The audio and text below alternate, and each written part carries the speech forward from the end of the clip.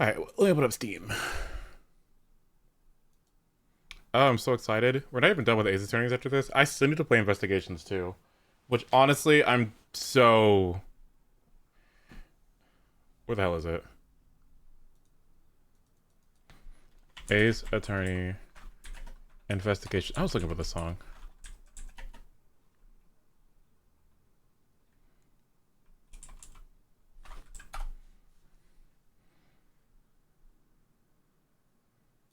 Is this it?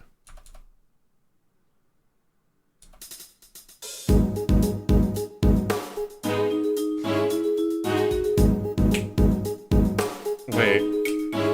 My ass? Wait.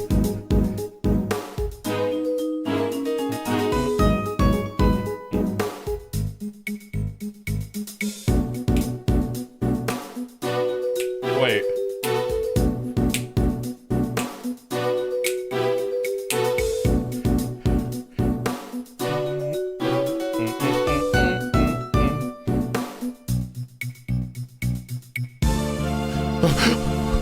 What was that? Can you hear me dancing?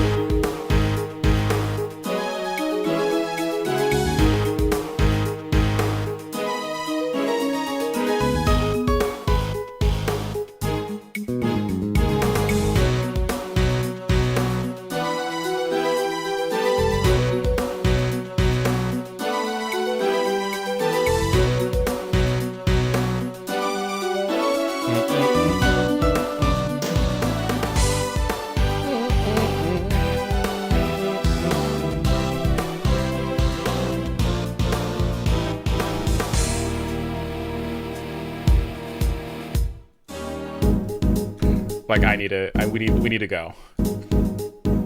What's the other one, too? There's another one.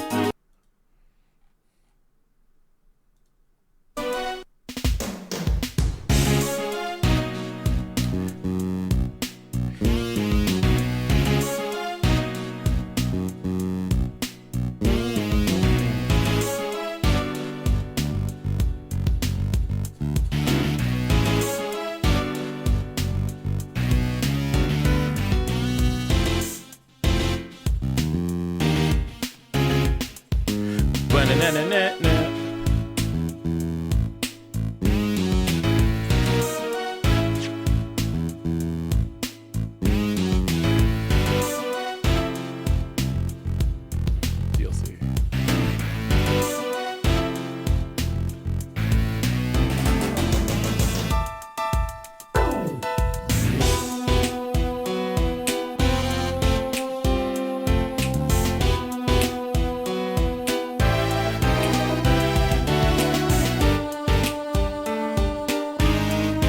We need to play. Wait, y'all wanna play? I wanna play.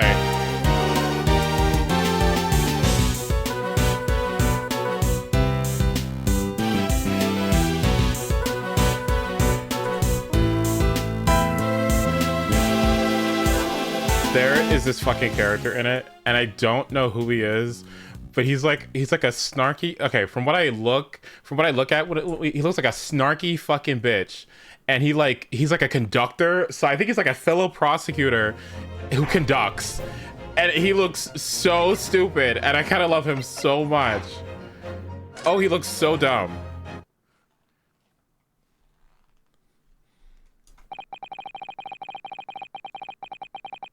Hang on. Is it Eustace? Wait, hold on, let me look. He's gonna piss you off so bad. Wait, oh my god, let me take a look. Wait, I can't look up anything about him.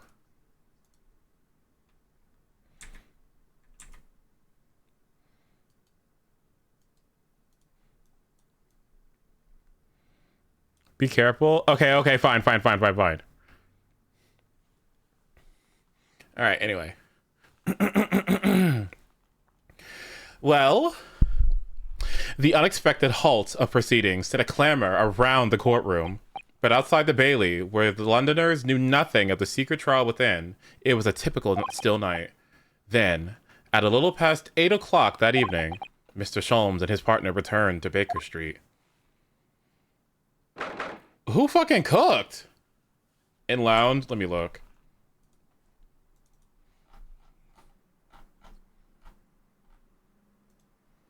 Yeah, that's what I'm looking for.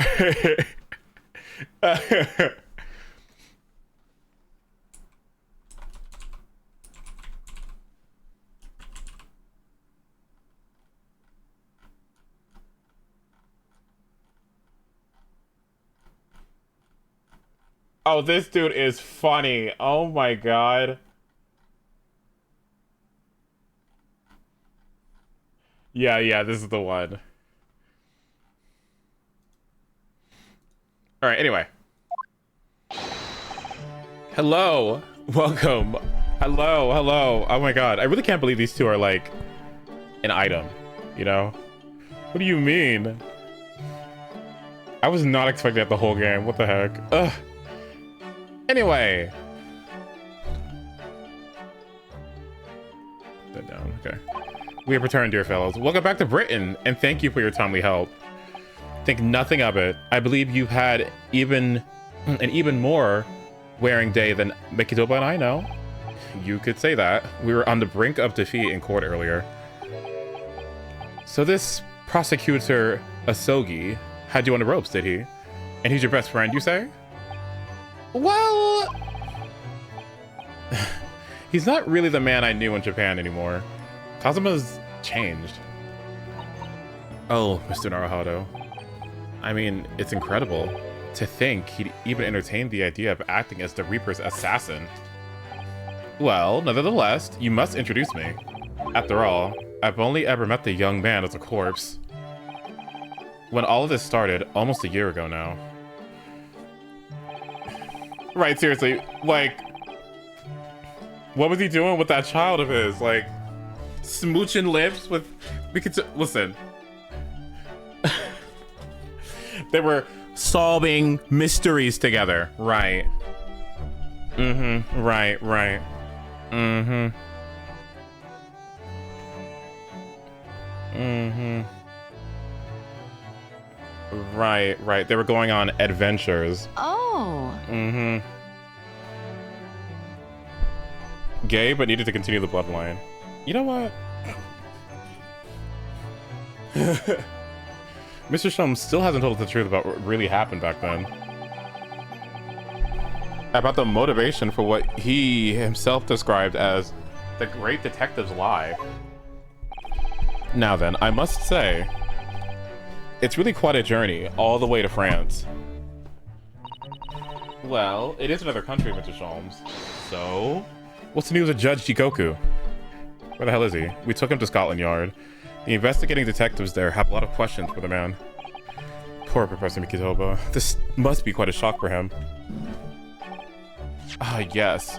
I picked this up at the telegraph office on our way home. What is it? Surely you haven't forgotten already. I put upon you for the matter only yesterday. You put it upon me, Sholmes. I had to fill out your telegram to Japan and foot the bill as well. Oh, you had a reply already? What's so urgent though, Mr. Sholmes? Asa Shen? Such matters can wait until later. I'm far too hungry for an involved conversation at present. Puffy? Well, that's good news, because supper is ready, everyone. Ah, and what a feast it is. If I were none the wiser, I think the trial were already won.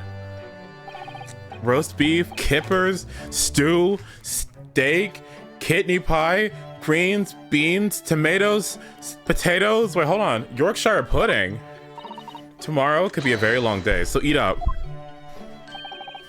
In that case, I think I'll seat myself here. This place appears to be the only seat without... Ooh. Okay, sorry. This place appears to be the only seat without a helping peasant as well. Hmm. Oh, sorry, Hurley, not there. Why ever not? Are we in set places this evening? Yes, and that place is for Susie's daddy. For me. That's right, I made it especially for you, Professor Mickey. I see. Well, that's terribly kind of you.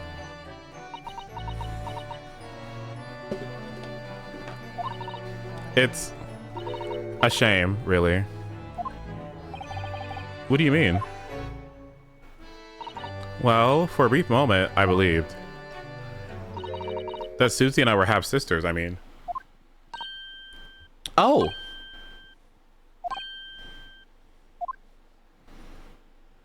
You see that look Sholmes made? You see that look Sholmes made? Why was he so upset about that? Why was he so upset about that? See, like what I'm saying? Iris, do you mean... Yes, I know now. I overheard yesterday. I secretly listened in on the conversation you had after I tricked you all into thinking I had left.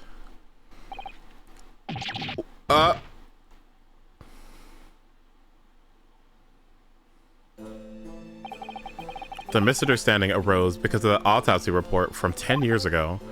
But actually, it turned out that neither Dr. Wilson nor Professor Mikitoba were Iris's father. Oh, that's perfect. Yes, about that, Iris. You know, I know. You can't tell me at the moment. Oh, Iris. The pheasant is by the way... Wait, the peasant is by way of an apology. I'm sorry for eavesdropping. Oh, no, that's quite alright. Then why didn't I get an apology, peasant? So, who just is Iris's father? I suppose that's something we'll be finding out today. So then, let us dine, while our largely pheasantless plates are still piping hot. A fine idea, Sholmes. It looks all absolutely delicious. Eat as much as you like. There's always seconds. Oh, thank God. This could be our last chance to ask questions before tomorrow's trial. About the telegram from Japan and about Kazuma. I can't let this opportunity slip away.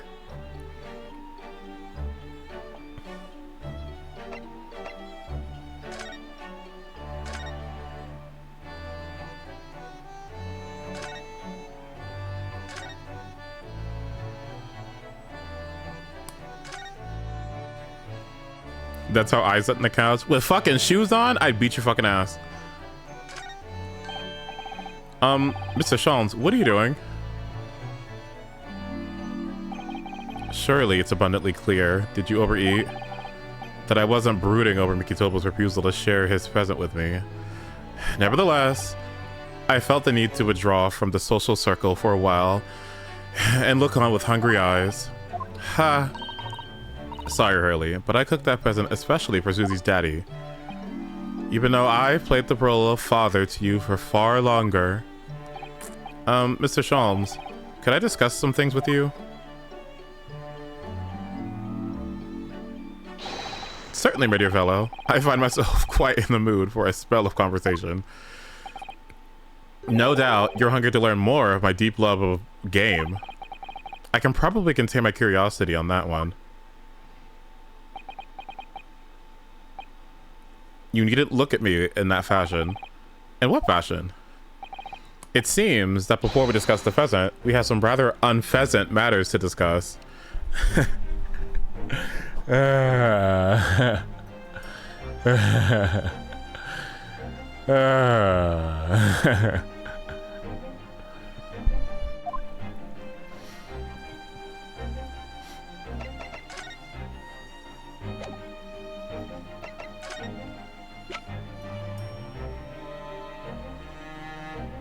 Oh, do I have this now?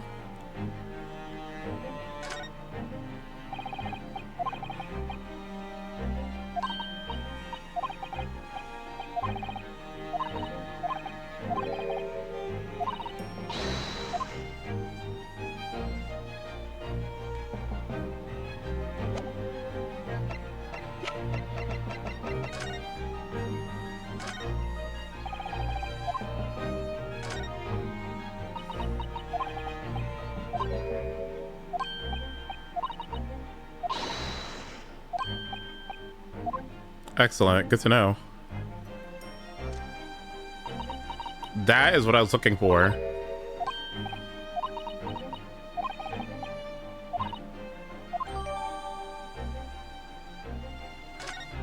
I thought AA was tonight. Oh, I'm such a fucking liar, aren't I?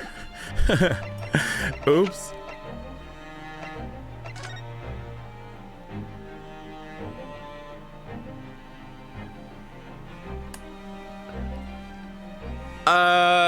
Alvin Cheese. Should you do a Discord announcement? Yes, in fact, you will do it for me, crew. At everyone. And tell everyone I'm streaming Ace Attorney. Yep.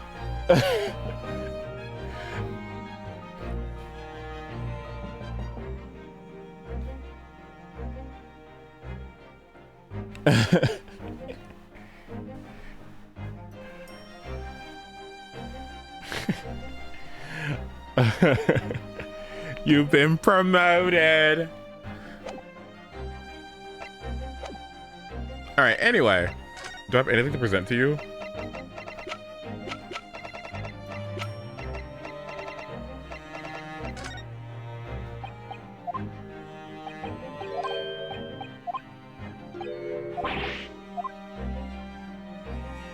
That's weird, right?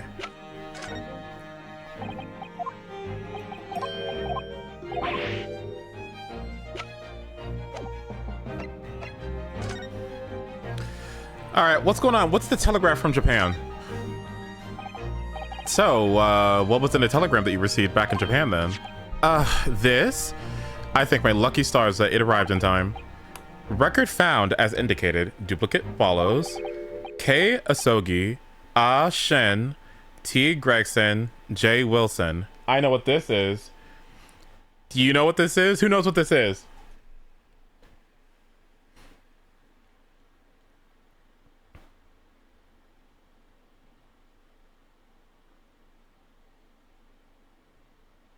Grocery list. Yes, exactly. This was the list of names that was found on the little disc thing in the first game. At the end, there was like some highly, like, it was like some intercepted government secret messages or whatever. And they found it was these four names. Now we have an idea of who these people are. Asa Shin, okay. Kazuma Asogi, right? John H. Wilson and T. Gregson. Tobias Gregson. So what could this mean? Those four names. We've come across the same exact list before. They came up in an unforgettable case last spring. Yes, what appeared to be a simple case of aggravated murder turned out to be masking monumental intrigue. A plot that involved the sale of British governmental secrets to foreign states and exposing the means by which those secrets were being leaked. We deciphered a fragment of a message. K. Asogi, Asa Shin, T. Gregson, and J. Wilson. But we didn't find the names out until the case was over, and we never did get to the bottom of what they meant. All we knew was that the information had been sent by somebody in the British government to somebody in Japan. So why are the names coming up again now?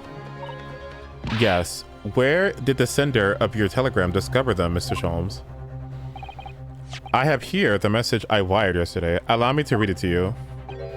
Enter Judge Shikoku's office undetected and investigate telegram records. Expect to find communication from Britain dated 1 year ago. List of 4 names needed by tomorrow. Naruhodo. I sent it to a detective who I know specializes in clandestine missions of this nature. You asked Inspector Hasanaga to take such an onerous task for you? And in my name? I wonder what guise he opted for this time. My dear fellows, it was a matter of great urgency, you understand.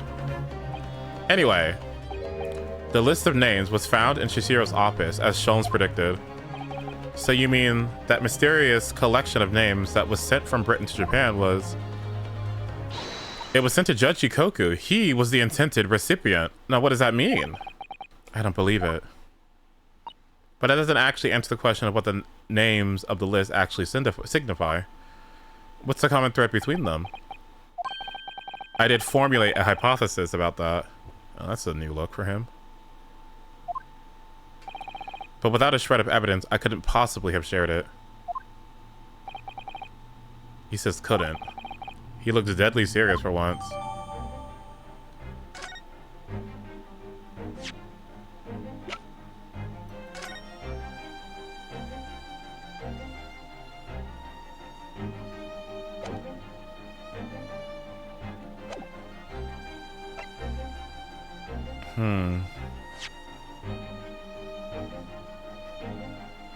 I wonder what those 4 names mean.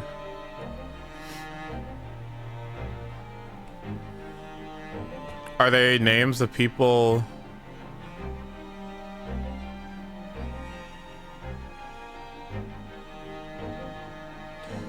I mean, yeah, 3 of those people on the list are dead.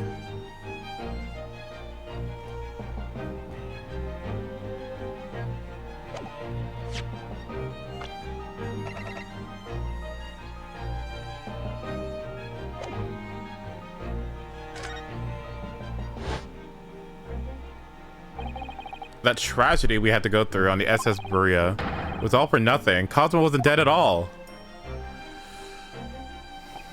We were completely taken in by the lie you told us. Your great detective's lie. I took no pleasure in deceiving you. However, at the time, all that concerned me was preventing the young man's study tour from taking place, whatever the cost. What? I capitalized on the events that transpired to see that he was sent back to Japan. He remains. His remains, you mean? Precisely, Miss Lozado. And then, I made sure that somebody else was sent to Britain in his stead. Oh my, you mean? The arrangement between our 2 countries was already in place. 1 university student, lawyer, and 1 judicial assistant to be accommodated on a study tour. In other words, by arranging for someone else to fill the place originally intended for Mr. Asogi, I would successfully prevent the man from arriving on our shores for several years at least. Wait, do you mean to say that it was all in aid of stopping Cosmo from coming to Britain? That's why you... Think back, Mr. Naruhado. Was there not somebody who quite casually urged you to continue your voyage to England? The terms of the study tour were negotiated by the Department of Justice in both Great Britain and Japan. In light of Mr. Asogi's unfortunate death, I'm afraid the study tour can no longer go ahead.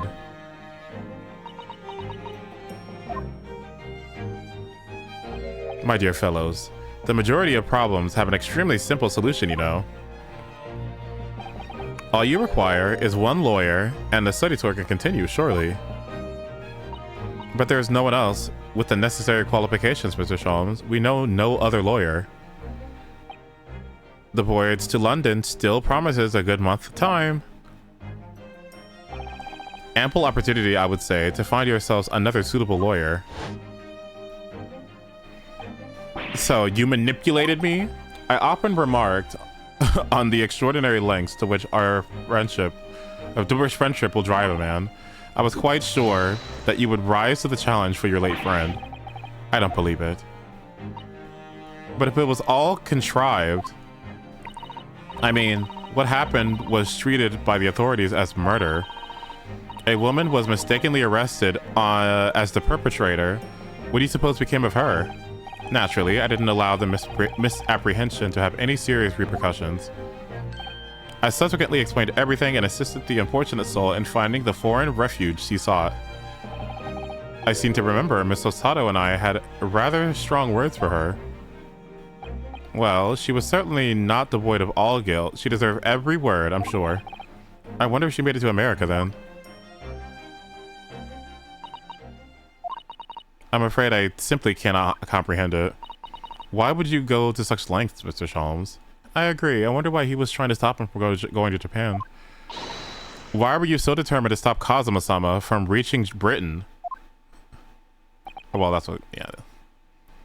The truth is, 12 months ago, there was already a very tangible omen of the impending tragedy, you see.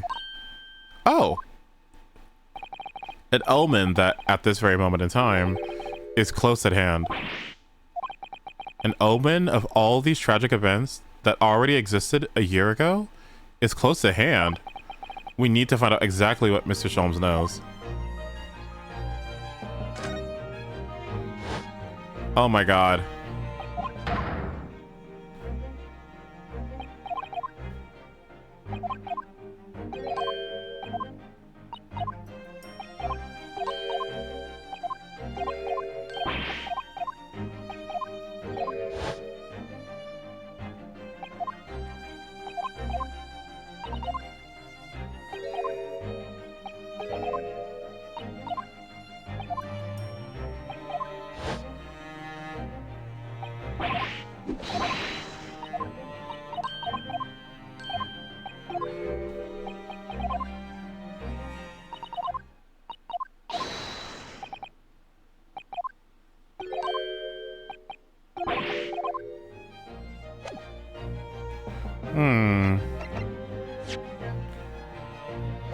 What does he know?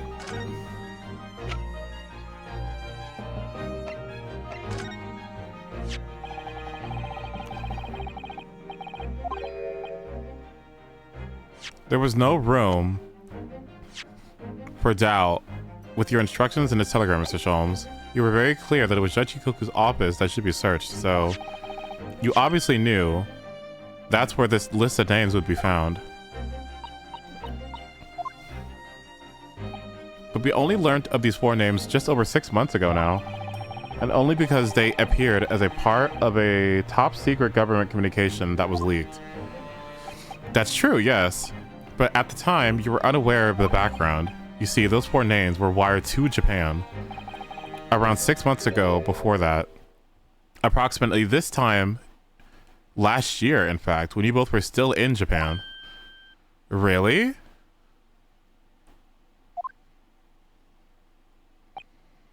It really would be hypocrisy on my part to reprobe others for intercepting state secrets, because after all, I'm perpetually eavesdropping on communications between the British and Japanese governments. Are you serious? Oh my god. You're perpetually doing what? How?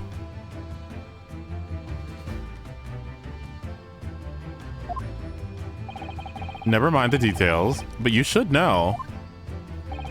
No secret is safe from Herlock Sholmes when he has designs on knowing it. Oh my, Mr. Sholmes. What a fabulous line. Now, 1 month after that list of 4 names was wired to the recipient, Jikoku, in Japan, Dr. John H. Wilson was murdered. As soon as I learned of the incident, a hypothesis rapidly took shape in my mind. As it turned out, I was partially correct and partially mistaken.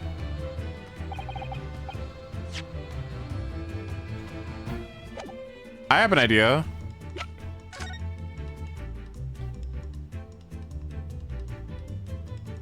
Is it possible that the top names are the people that are required to kill the people on the second half? So Asogi is supposed to take out Gregson, and Asa Shin is supposed to take out Wilson?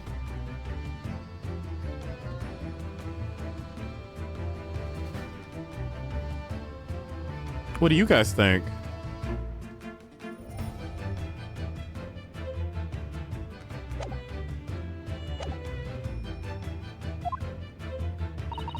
Mr. Sholmes, please, tell us all you know. Tell us about these 4 names and the tragedy to which they're all connected somehow.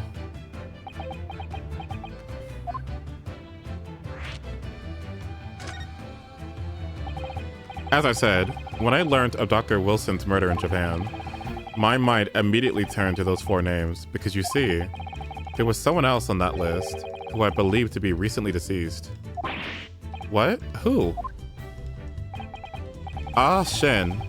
It was transcribed in Japanese script. In actual fact, Miss Asa Shin. That was a familiar name to me. She was a professional killer, well known among London's unsavory classes. Oh, I see. But she had completely vanished from existence several months before Wilson's murder. So I came to the logical conclusion that she had herself had been killed. And accordingly, I became fearful of the lives of the remaining 2 persons on the list. Kei Asogi and T. Gregson. Owing our proximity, I decided to take measures to protect Gregson myself. But I determined it would be safest if young Asogi were to stay away from Britain. So that's why you went to such great lengths to prevent the study tour from going ahead. Exactly. So, you already knew who Kazuma-sama was, Mr. Sholmes? Oh yes. Sholmes and I have exchanged correspondence for years. I recounted many tales about Asogi to him in my letters. And the news of Dr. Wilson's death, of course. So, Dr. Wilson is dead then? Yeah, sorry girl, we try to keep that secret, but... I didn't know. Oh, Iris! I know he wasn't my daddy, but still. That's very sad. I'm so sorry, Iris. We knew the significance of the name, obviously, but... we just couldn't bring ourselves to tell you. No. But what you just told us, Mr. Sholmes, doesn't completely tie in with the facts. There's one big hole in your hypothesis. A big hole, Mr. Naruhodo? Ah, yes. You mean about Asa Shin, I presume? Oh, of course. Exactly. She wasn't killed, was she? She was in Japan posing as a visiting student under the name of Giselle Brett. I'm glad you're keeping up, my dear fellow. But I only became aware of that fact 2 days ago in the foyer of the Great Waterloo Hotel. Upon hearing that startling revelation, the hypothesis that I'd formed surrounding those 4 names was completely turned topsy. What? Topsy?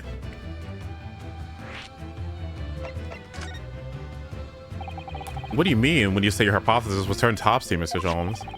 I have believed the 4 names on the list to be names of victims. However, I was mistaken. Asa Shin was a killer. Yeah, I think 2 of those names are supposed to be victims. So this telegram is a list of both victims and killers, isn't it? Indeed.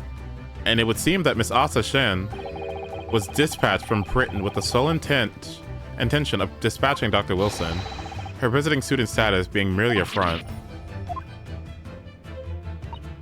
Which of course explains why no motive could be determined for her actions.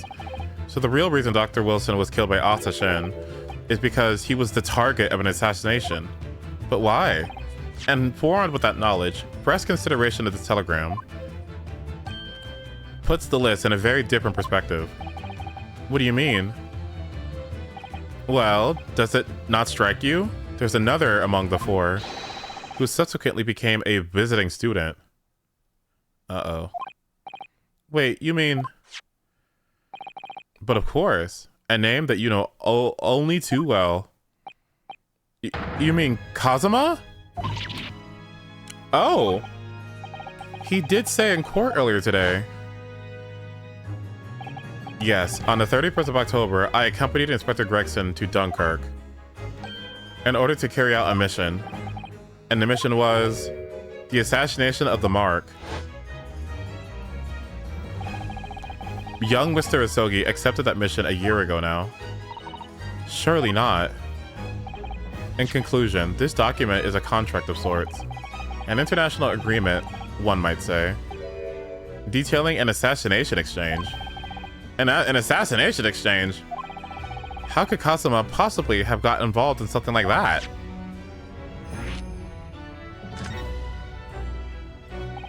Let's assume that we have 2 parties, each wishing to dispose of a distinct individual. Those 2 parties then make a contract to swap their respective assassination targets. That would be then an assassination exchange.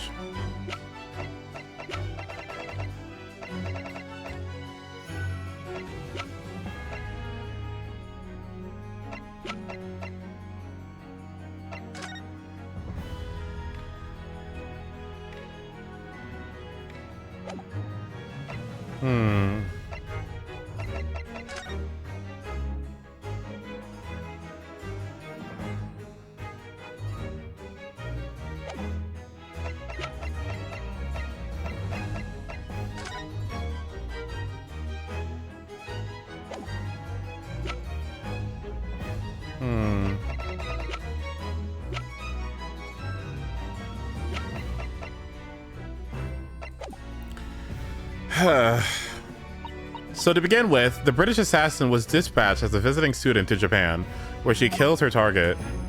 And then the Japanese assassin is dispatched as a visiting student to Britain in order to eliminate his target. It certainly does sound like an exchange. But what on earth is the point? Don't forget, Naruhado, that the British assassin at least escaped conviction, thanks to the diplomatic immunity afforded by consular jurisdiction. Oh yes.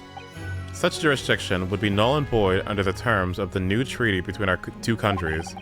So the fact that it was brought into play suggests intervention was at the very highest levels.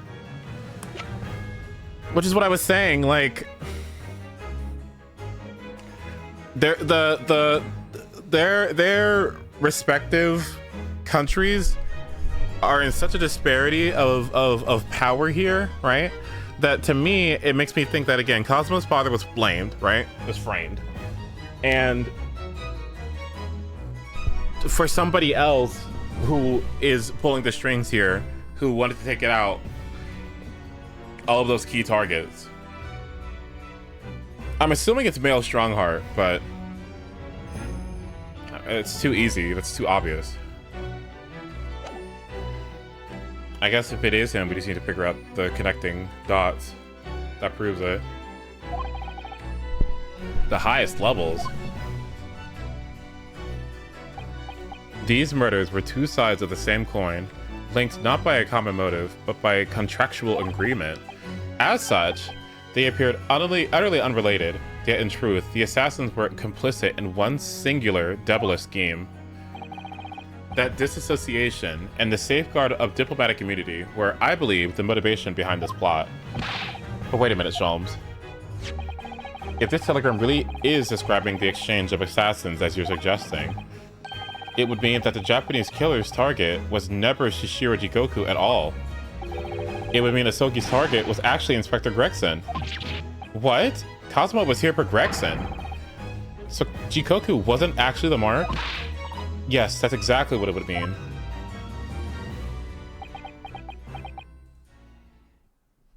Now who would want to take out Gregson? I know who. I hold myself personally responsible for failing to keep the inspector safe. Mr. Sholmes.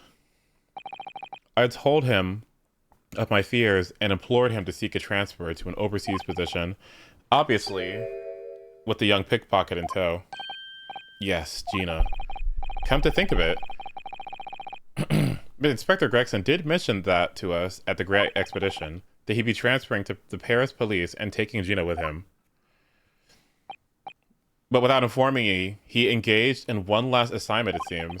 And sadly, it turned out to be his very last. This is too much to take in.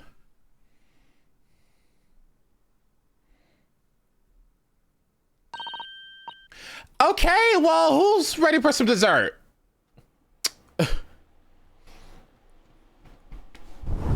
Me! Let me get some.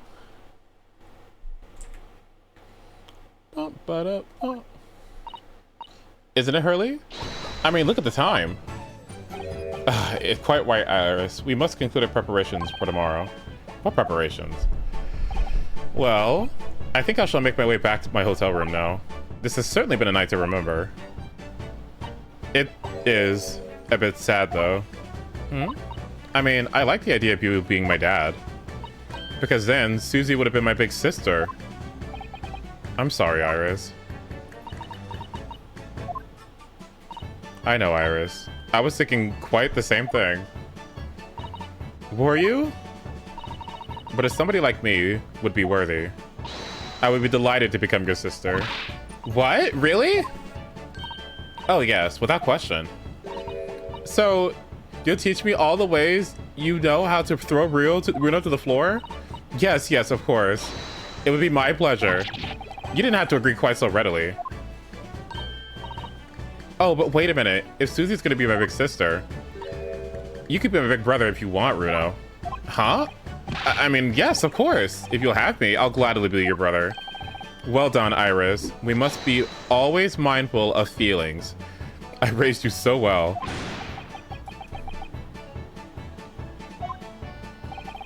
because being sensitive is your strong suit, naturally.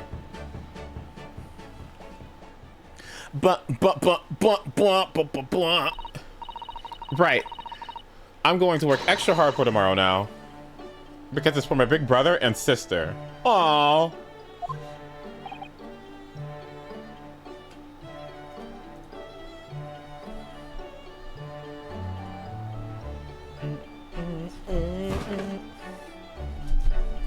That's so sweet.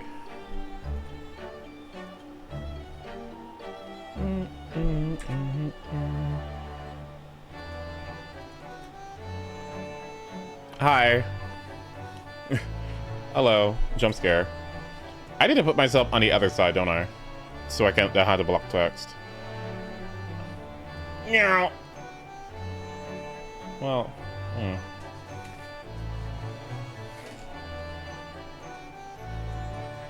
Okay.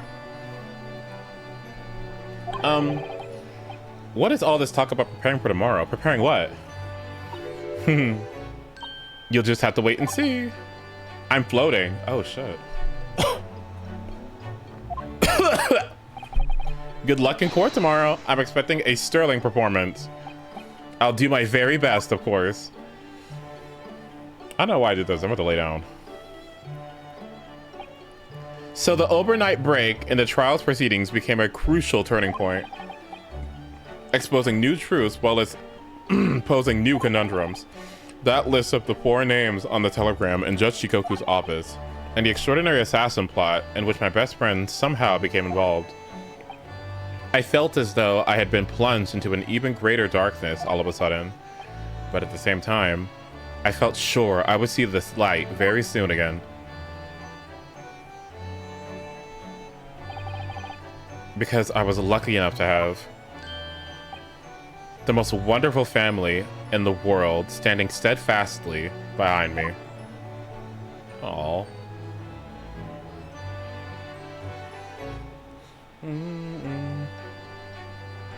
All right, and there we go.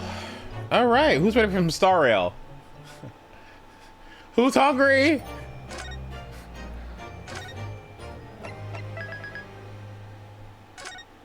I'm kidding. November 4th.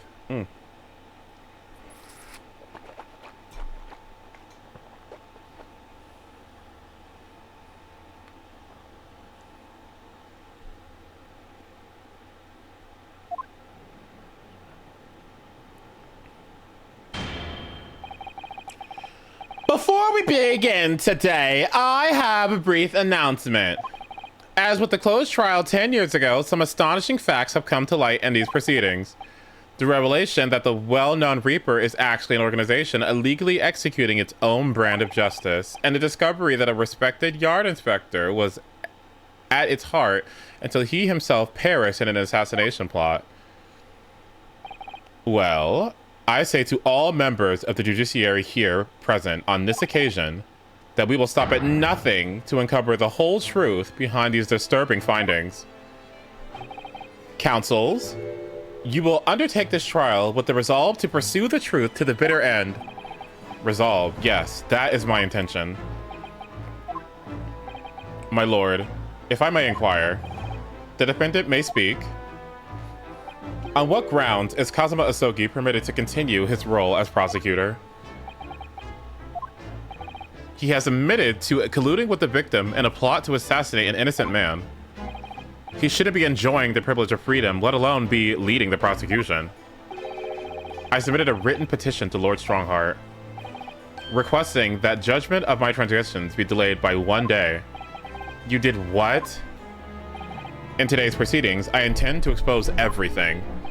My whole life for the last 10 years has all been leading up to this 1 day. Kazuma, whatever the outcome of this trial, I give my word that I will accept whatever punishment is deemed appropriate, however severe. And I suggest you prepare yourself for the same, Reaper. Kazuma is bristling with hostility today. I get the distinct impression we're heading into a very dangerous territory. Is that really even what Kazuma-sama... Is that really even Kazuma-sama standing before us? As an extreme exception to today's practices, I have granted this prosecutor's request. The defense finds this acceptable, I presume? I guess. Yes, my lord. In that case, in the name of Her Majesty the Queen, I hereby declare this court to be in session again. We resume the closed hearing of Barak Banziks. The defense is ready, my lord. The prosecution is more than ready. Very well then. This preamble has taken long enough. Prosecutor Isogi, begin.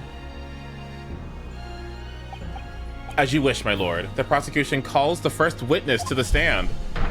Bring Shishiro Chikoku into the courtroom. At last, then, we've reached the final battle. He's putting literally everything on the line now in order to get to the truth. Come on, Ryunosuke. It's time for that steely resolve, because this is going to test the limit.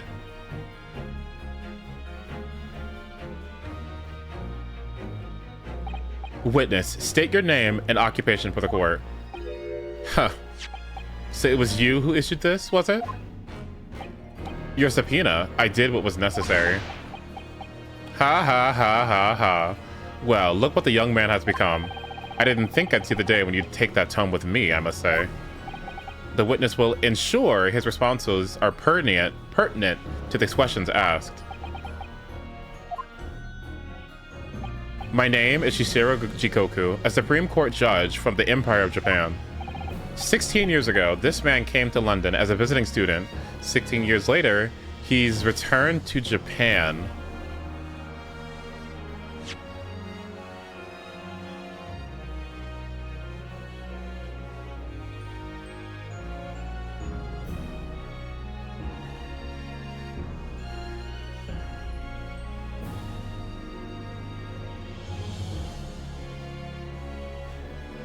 My idea is that Genshin Isogi was framed, right?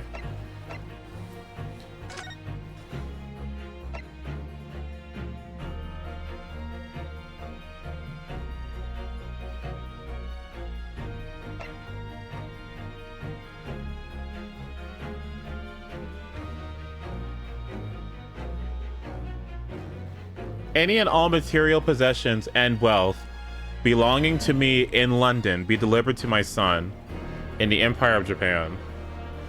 I think this is going to come into play at some point. Anyway. As well as presiding over the Supreme Court, he is also currently Japan's Minister of Foreign Affairs. I am, of course, fully aware of Mr. Chikoku and his preeminent roles. I invited him personally to the International Forensic Science Symposium as a representative of his country. He also played a key role in the conclusion of the Anglo-Japanese Treaty of Friendship and Navigation. It was a great honor to be involved in the negotiations. I put my all into that treaty. Judge Chikoku, I must ask. Well, I never. Fancy the young murdering student turned up here of all places. Young murdering student? You acquitted me! And now I'm a practicing defense lawyer. Yes. And full of self-importance, like your friend across the room, I see.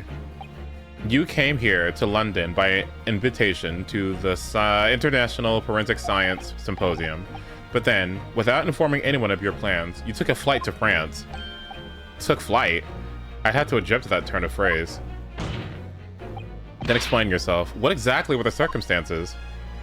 Well, I was somewhat expecting this, and I'm sorry to say, I declined to comment. What? Leaving my country prematurely when I was an invited guest may be questionable etiquette, but my decision is unrelated to this case. I can't be bound to testify. Unrelated, you say? I appreciate that a respected police inspector has been killed, for what I offer my condolences. However, being an alien, I'd obviously never met the man, nor do I know the first thing about him. As such, I'm in no position to testify. It's as simple as that. So you would run from all of this? I beg your pardon? This case is far more far-reaching than the murder of Inspector Gregson. It has ties to another murder, a case that was tried in Japan almost a year ago now. A year ago in Japan. The murder of Dr. John H. Wilson, you mean? That's right. And you, Judge Shikoku, are at the heart of both cases. The defense has evidence to prove it.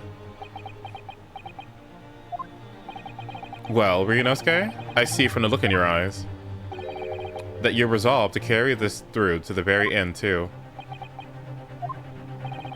Let's see your evidence, then. What proof do you have that Shishiro Jigoku is involved in this case? Take that! This is the telegram detailing a communication sent between Britain and Japan approximately 1 year ago. The communication contains 4 names: K. Asogi, A. Shen, T. Gregson, and J. Wilson. You little... Where did you get that? In Tokyo. From your office, Judge Shikoku. What? How on earth did you... What is this about? Why is my name on that list? This list of 4 names follows a certain pattern. T. Gregson and J. Wilson are the names of victims. K. Asogi and Asa Shen are the names of assassins. No. A year ago in Tokyo, Dr. John H. Wilson's life was taken in a Western-style restaurant in the capital. The culprit was found to be a visiting student who went by the name of Giselle Brett, but her real name was Asa Shin, a professional killer sent on a mission to kill from Great Britain. Ah Shen and her victim, Jay Wilson. And the murder that just took place here in London was the counterpart to that crime. An assassin sent from Japan, also a visiting student, Kazuma Asogi, whose victim was the British police inspector Tobias Gregson. K. Asogi and T. Gregson, one assassin from each country to kill a target residing in the other. What exactly is the defense suggesting? These 2 cases of murder, one that took place in Britain and one in Japan, were masterminded by a pair of individuals from each country as a form of assassin exchange. And the telegram the defense has acquired is proof of this international contract to kill.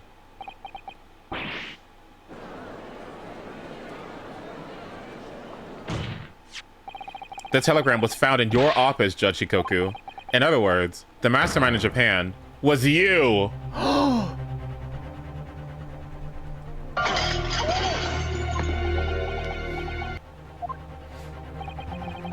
Judge Shikoku? What is this about? And you, Kazuma, you lied! During yesterday's proceedings, you acknowledged that you'd accepted the assassination mission, but the mark wasn't Judge Shikoku at all. It was T. Gregson, and Detective Inspector of Scotland Yard, as shown by the name on the killing contract. Very impressive, Ryunosuke. But actually, I didn't lie. The name of the target I was ordered to kill never passed my lips yesterday. The idea that Shishiro Jigoku was the mark came entirely from you. You deliberately avoided saying a name? The defense claims these 4 names indicate some sort of international assassin exchange. I'm sure I speak for all present when I say that the very idea seems utterly absurd. Well, Mr. Jigoku, what do you have to say for yourself? His silence only goes to prove his guilt. There's another very important point that this new information brings to light.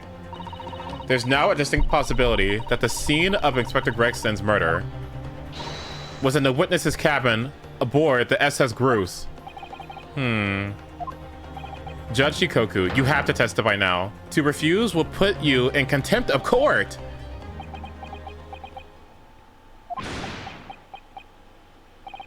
There's no need for quite such a vicious stare, young man. Very well then, as a parting gift to you all, I'll tell you everything I know. Wow, the White House. Can't stand these ads. Thank you, Cat. Thanks for the prime. Enjoy your ad-free viewing experience. It seems this Japanese gentleman has information the court must hear about the alleged assassin exchange and the events of the night of October 31st. Present your formal testimony now. As you wish, my lord.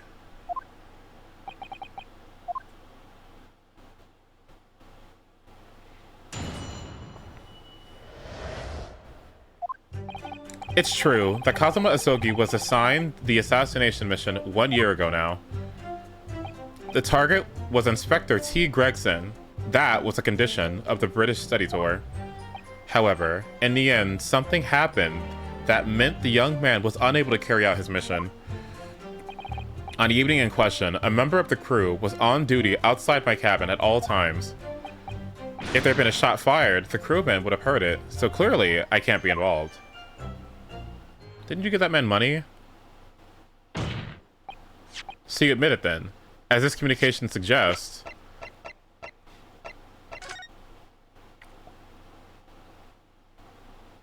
I mean, that's kind of an easy piece of evidence right there.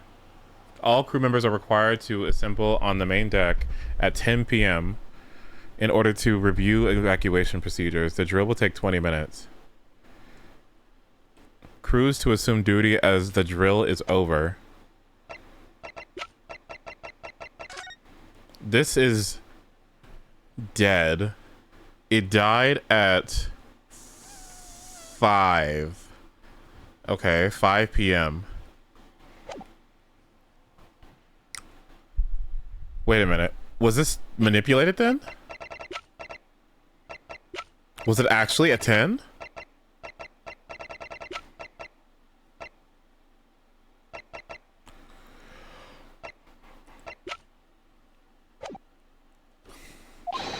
There really was an assassin exchange agreement between, or arrangement between Britain and Japan.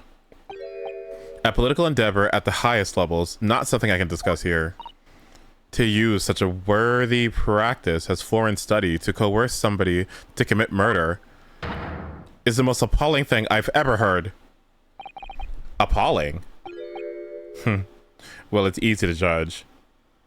A judge saying it's easy to judge. That's kind of funny. Is it now? Pardon? Asogi had a reason for taking his sword to that British inspector, you know. What? Which is why he accepted the mission in the first place. Isn't that right, Counsel?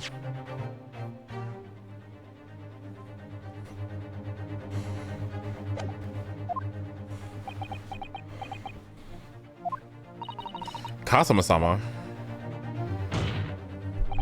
Judge Shikoku, if you are the mastermind behind this operation in Japan, then tell the court the identity of your counterpart in Britain. I'm not obliged to divulge that information. As I said yesterday, I've killed nobody. I freely admit that I accepted the mission, but on the night the plan was to be executed, I backed out. In short, this assassination exchange that the defense has identified is unrelated to the events of this case.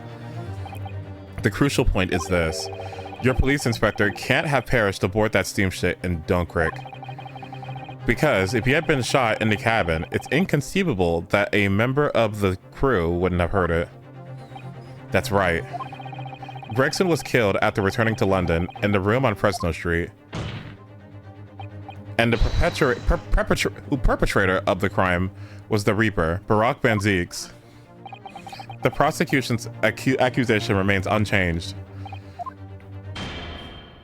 To think that a seemingly innocent foreign exchange program was a facade for such Machiavellian dealings.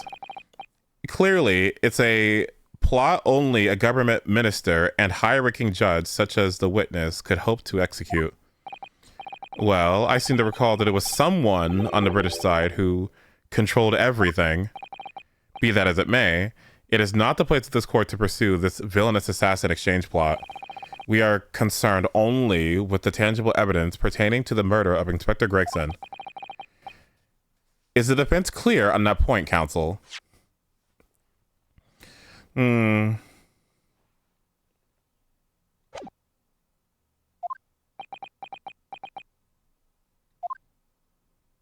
I find the Jita's name to be funny. Depending on the kanji used, Jikoku can mean hell.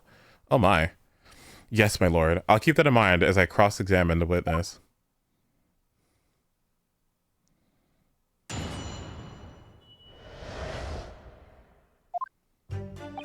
It's true that Kazuma Asogi was assigned the assassination mission 1 year ago. Hold it! A year ago, when Kazuma was still in Japan then. Correct.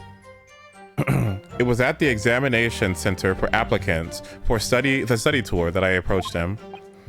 I'll never forget it. I remember exactly what you said.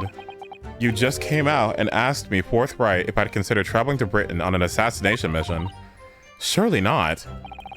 I thought it was a joke at first, but then it was made clear to me that if I didn't accept, I wouldn't be considered for the study tour. So you agreed to it just for that? I mean, I know how much you wanted to study into England, but assassination? The Empire of Japan had accepted a proposal from the British Empire at the time.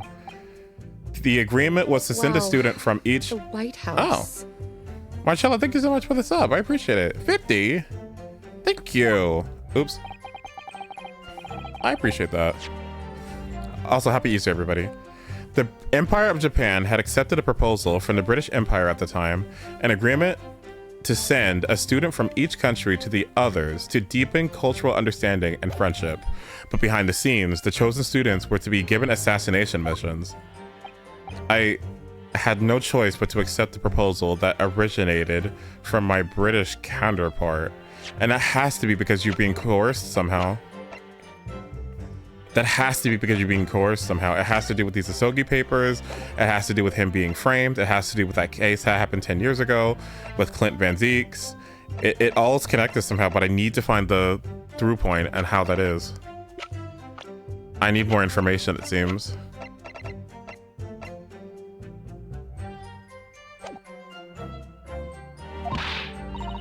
Why? Why didn't you expose the plot there and then? War. British acknowledges no part in these alleged misbegotten dealings. I advise you not make the same spurious allegations. Or I advise you not to make spurious allegations, foreign Mr. Joku. Ugh, God. As a witness, I am bound to tell the truth, my lord. Anyway, I picked Asogi and explained the details of the plan to him. I like his attitude. The target was Inspector T. Gregson. That was a condition of the British study tour. Why Kazuma? Why did you pick him as the assassin? He was the most capable of all the applicants, and in addition, I knew his desire to travel to Britain was very strong. In fact, it was almost more than a desire. It was his whole purpose in life. Yes, as his best friend, I can certainly attest to that. The way he threw himself into his studies, the way he pursued becoming qualified as a lawyer. It was all ultimately for one single goal of being accepted on a study tour to Britain. And of course, we know the reason behind that. He was determined to find out for himself the truth about his father, Genshin Asogi. There is nothing I wouldn't have done to get here. Be that agreeing to assume the role of an assassin or betraying people's trust. Well, you certainly did a fine job of portraying mine, Asogi. But why? Was Inspector Gregson the target? I have no idea. Those were the orders from Britain. I was in no position to question them. You have no idea? Really? I find that hard to believe. I mean, given what happened 10 years ago, he was the one that cleared the autopsy for Clint Van Zieks, which honestly, again, I still fucking blows my mind that he cleared the autopsy of Clint Van Zieks, which could have been fabricated, right? But the person who did that autopsy was killed, right? Which leads me to believe that either they knew something or they were coerced into doing it, and so they silenced them, they killed them, right? So like, why is John H. Wilson dead? That doesn't make any fucking sense. So John H. Wilson is dead. The the person who did the autopsy report. That autopsy report gave crucial evidence, like critical evidence, that implicated Gitchin Asogi, who got the death penalty, right? So I don't understand what that critical piece of evidence even was. They still haven't told me anything about that. And again, like, it would imply that somebody else has been killing all of these people in the aristocracy in Great Britain, within Britain, yet they blamed it on somebody Japanese. And maybe it was around this treaty time. So I'm trying to figure out who the fuck that was, first of all. And Jikoku apparently was like, said some really, really harsh things. So obviously he was very against it too, but it seems to be like his hands are tied or something. We need to figure out his connection to all of this, and we need to get more context in that case as well. Oh, do you? Judge Jikoku was once a visiting student here in Britain himself, of course. Perhaps he has some connection with Inspector Gregson from that time. The defense really ought to catch up. With what? With the fact that the assassination exchange has absolutely nothing to do with the case under scrutiny here. Yes, I've already admitted to recruiting Asogi. However, in the end, something happened that meant the young man was unable to carry out his mission. Hold it! I presume you're referring to the incident that occurred during Kazuma's passage to Britain in January? That awful tragedy that took place in the steamship. Word arrived at the ministry some 2 weeks after the ship's departure from our shores. The visiting student had been killed, but his body had somehow gone missing in Hong Kong.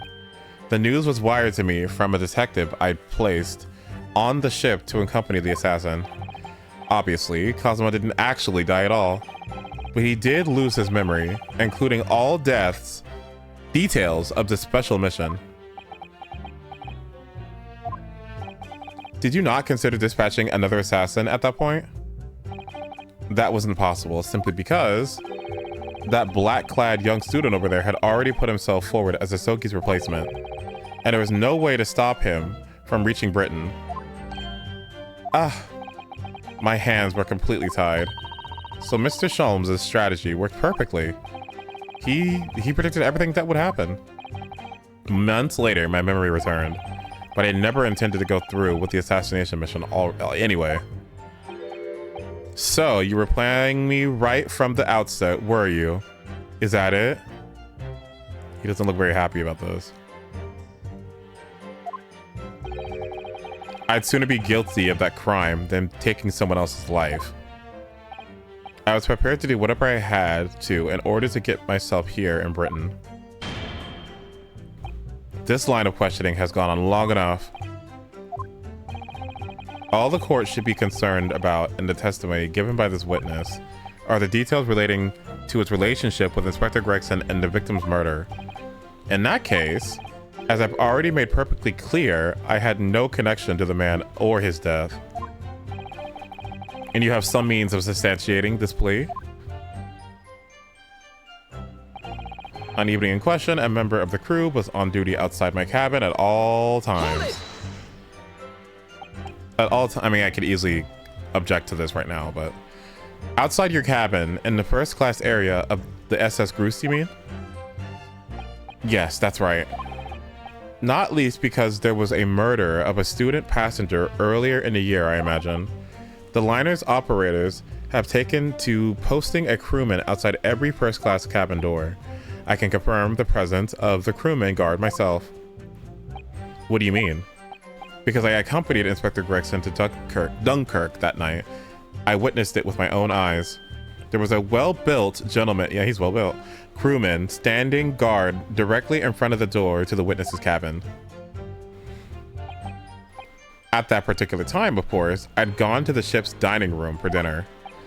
The inspector and I asked the crewman to allow us into the cabin while we waited for Judge Shikoku's return. I suppose Inspector Gregson was there in his capacity as the Reaper.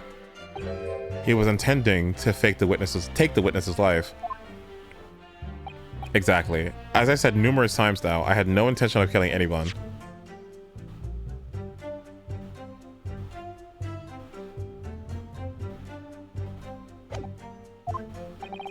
So the crewman let 2 potential assassins into the cabin he was supposed to be guarding.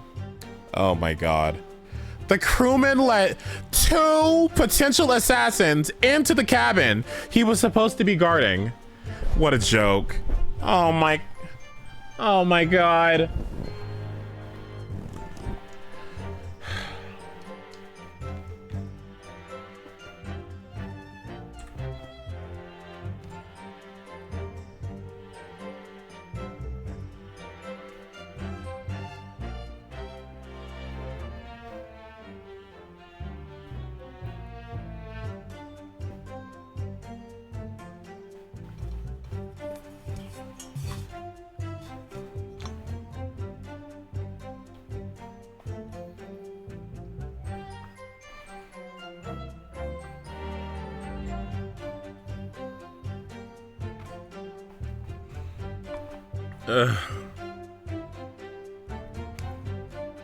Okay.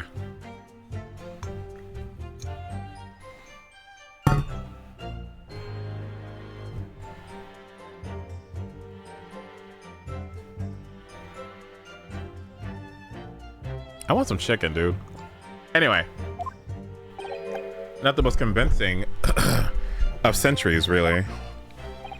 In truth, those are my thoughts, too. But anyway, I stayed to talk with Inspector Gregson for a short while, and then I left him there and made my way off the ship alone. Was the guard still at the door when you went? Yes. He glared at me as I walked past. You see, that proves it. If there had been a shot fired, the crewman would have heard it, so clearly I can't be involved. The crewman who was standing directly outside your cabin door, you mean? That's right. A muscular man with a permanent grim expression on his face. He didn't once move past that spot. To be honest, I thought that he was a miserable fellow. Besides, it happened. He was a vital witness now. There's no doubt that Gregson was killed by a gunshot. And it's inconceivable that a crewman standing just outside the cabin door wouldn't have heard that. But wait, what about the steam's enormous steam engines? The noise of them could have drowned out the sound of the gun being fired. Sadly, young judicial assistant, that won't wash. Oh! You will recall that my cabin was in the first class area of the ship, which of course is the quietest. Don't imagine for a moment that it's anything like the steerage where the judicial assistants go. Ah! Excuse me! Ah! You just called me poor! He said, I don't really live in the ghetto, the slums. I know your mama raised you in a barn, but in first class, we don't really do that, okay? We don't really have noises, okay? I don't know what noise pollution is, but wherever you poor people go, maybe you're used to that kind of thing. Like, oh my God. Dick. I didn't mean. Now you made her sad. Oh. Sorry, I don't do business class. Sorry. But a hole like that, made by a bullet, was found in your cabin, Judge Shikoku. That's compelling evidence that a gun was fired in there. What's that? A bullet hole? Oh yes, you're talking about. Don't you dare fucking. Okay, you're talking about what the detective uncovered in that wall yesterday, I presume. That was obviously a rotten panel eaten out by a woodworm. Are you joking? A woodworm. Right, yes, absolutely. Ugh. That's the hole in his argument. Sadly, I was unable to arrange for the crewman to be brought back to Britain with me. But obviously, if a gun had been fired in my cabin on the night in question, as the defense implies, I would have been arrested on the spot and would have never made it to Britain in the first place. Very true. The witness's logic is sound. Since no gunshot was heard from the witness's cabin on the night in question, we must assume that the witness is telling the truth. I'm glad you have seen sense, my lord. I know Kazuma's already admitted to taking on this incredible assassination plot, but even so, hearing it confirmed by somebody else is still a real shock. It's unforgivable, using Kazuma-sama's feelings to manipulate him into agreeing to such a despicable plan. But I think Kazuma manipulated Jachikoku too. He completely double-crossed him. Oh dear. It's hard not to see that as a stroke of brilliance on Kazuma-sama's part. One way or another, Gregson ended up dead. I really think that the murder must have happened aboard that steamship. So you mean Jachikoku must be lying? I know I shouldn't let my emotions cloud my judgment, but you must destroy him, Mr. Naruhodo.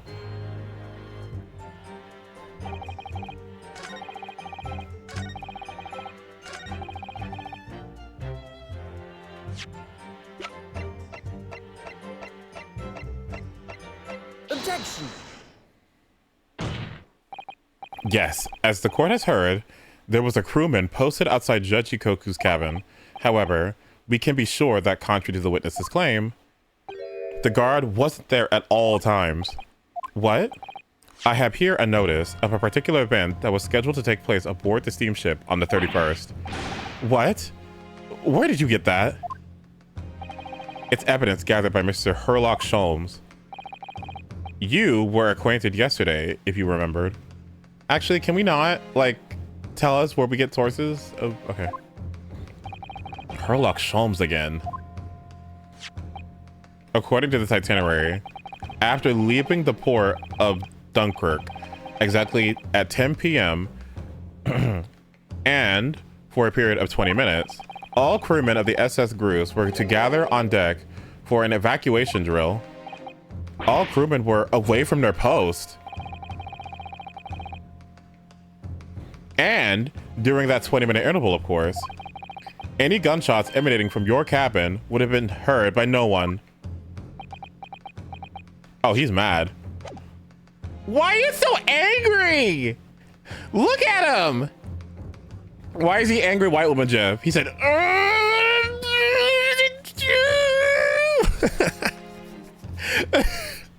me when I can't get ice cream.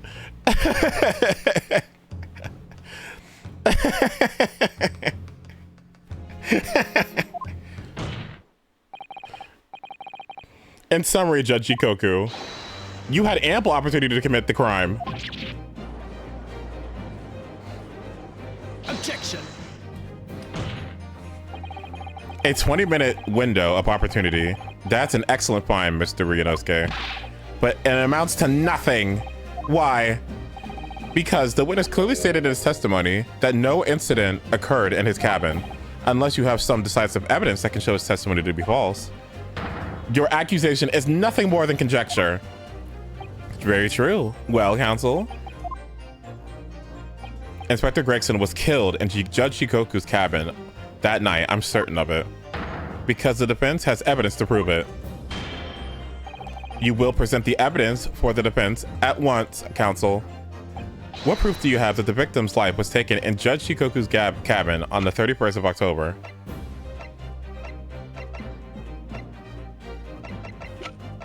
The only evidence I have of such things is... Take that! Judge Shikoku, this was found in your cabin yesterday. What is that? The crown of a pocket watch. A pocket watch? And if you will observe, the victim's pocket watch, which we know he treasured, is missing precisely that part. It can't be.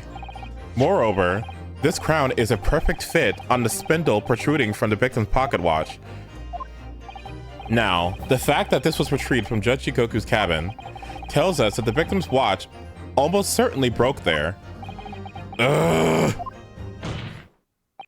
In other words, the victim was killed on the 31st during the 20-minute evacuation drill in the cabin occupied by you, Judge Shikoku.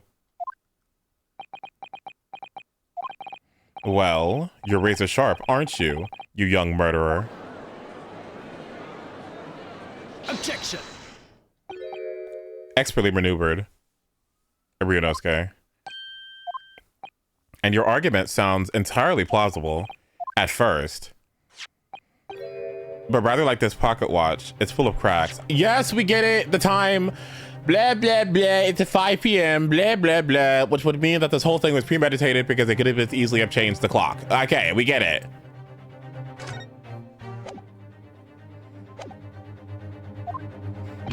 Yeah. And I believe Judge Shikoku feels the same way. I was wrong to acquit you earlier in the year. I'm sorry? If I had known that it would result in anyone having to listen to this dribble, I would have declared you guilty just to spare the world of your ridiculous bombast. Excuse me?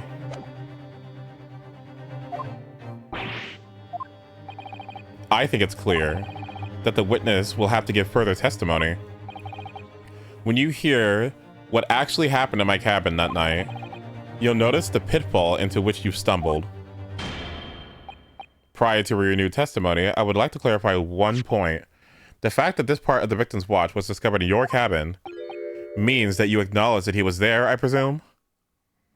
Yes, I do. Very well then. You may proceed with your formal testimony about what exactly happened in your cabin aboard the ship on the evening of the 31st of October. Of course, as a man of law, I have no intention of obstructing justice. Didn't you already lie?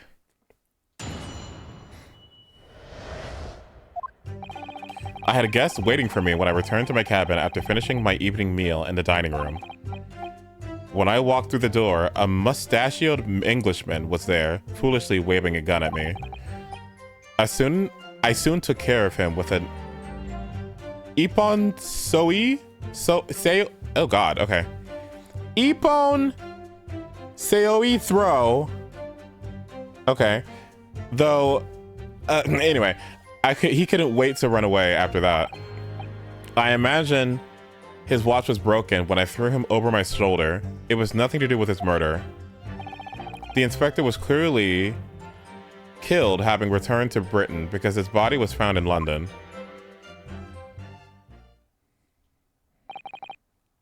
Ippon Seoi? Oh fuck. A common jujutsu martial arts technique in my country. I was careful to not use too much force, but the man obviously landed too heavy for his watch to take. So, Ryunosuke Naruhado, I imagine you can see the flaw in your logic now, can't you? What? The fact that the pocket watch was broken in the witness's cabin in no way proves that the victim's murder took place there.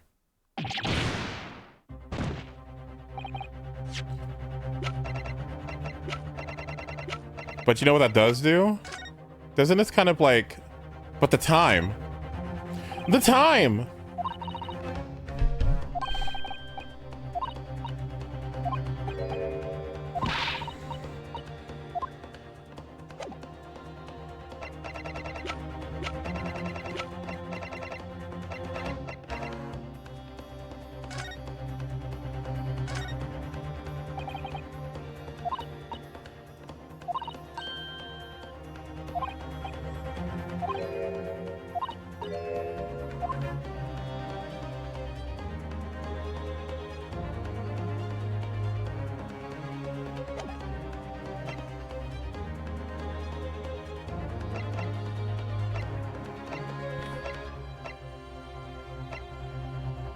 Can I get this fucking ugly, stupid dog shit evidence out of my fucking, like, court record? Why do I have this junk?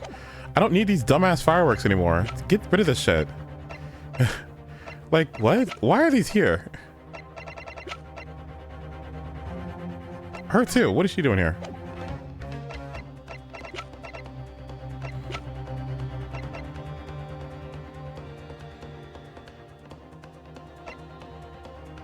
What was I looking at? I was looking at...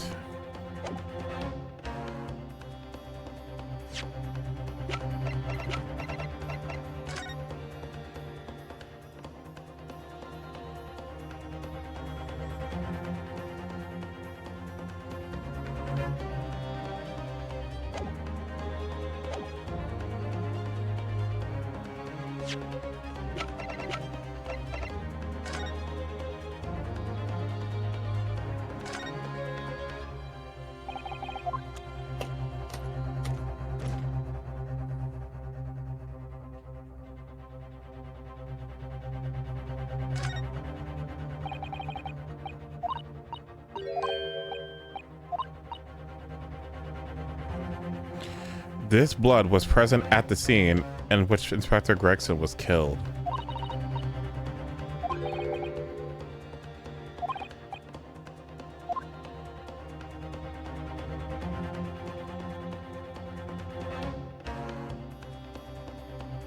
Well, if the scene was presumably in that room,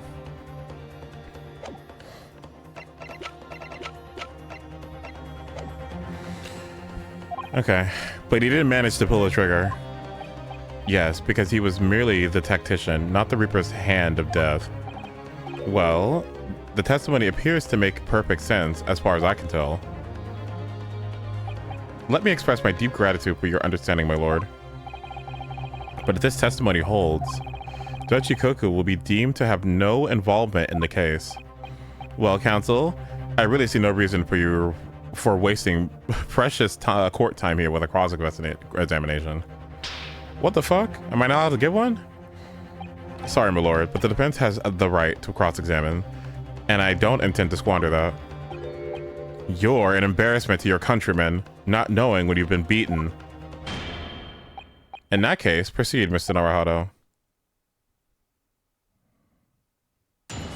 What I don't like about how they're portraying him, suddenly he's just fucking asshole supreme. He was an asshole supreme before he got here, and now he's just fucking dick of the year. What the fuck is going on? Why is he suddenly like fucking asshole? I mean, I know why he got subpoenaed, right?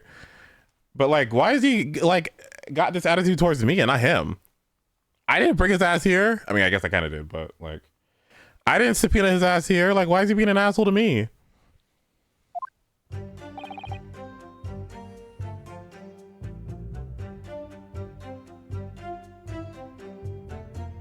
He was gonna escape. Well, it's not my fault. The prosecution sent the subpoena, not me.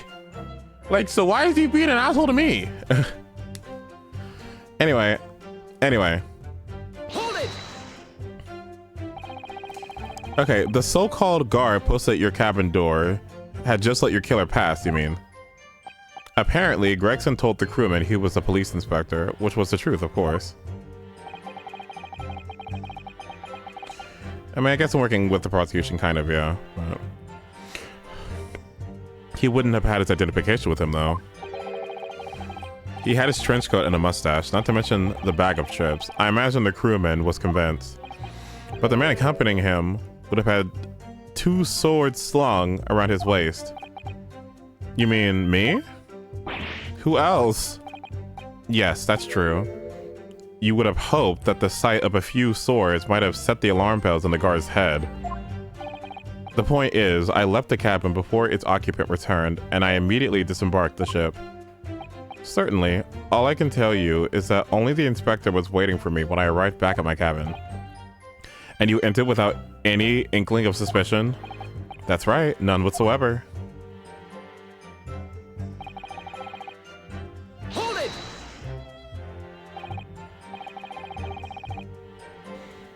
Obviously, you're talking about Inspector Gregson. Yes, though at the time, I didn't know the man's name. And there was no time for introductions. I value my life over manners. By which you mean, the inspector was there to assassinate you, I assume. That was certainly the impression given by the gun pointing in my direction. But I'd never seen the muzzle of a revolver shake about so much in all of my life. Anyone would think the man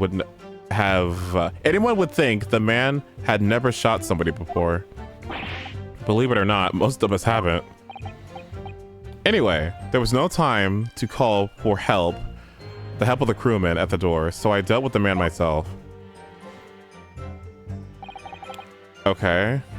I threw him. He couldn't wait to run away after that. Even though the man had a gun, that was a very brave move, wasn't it?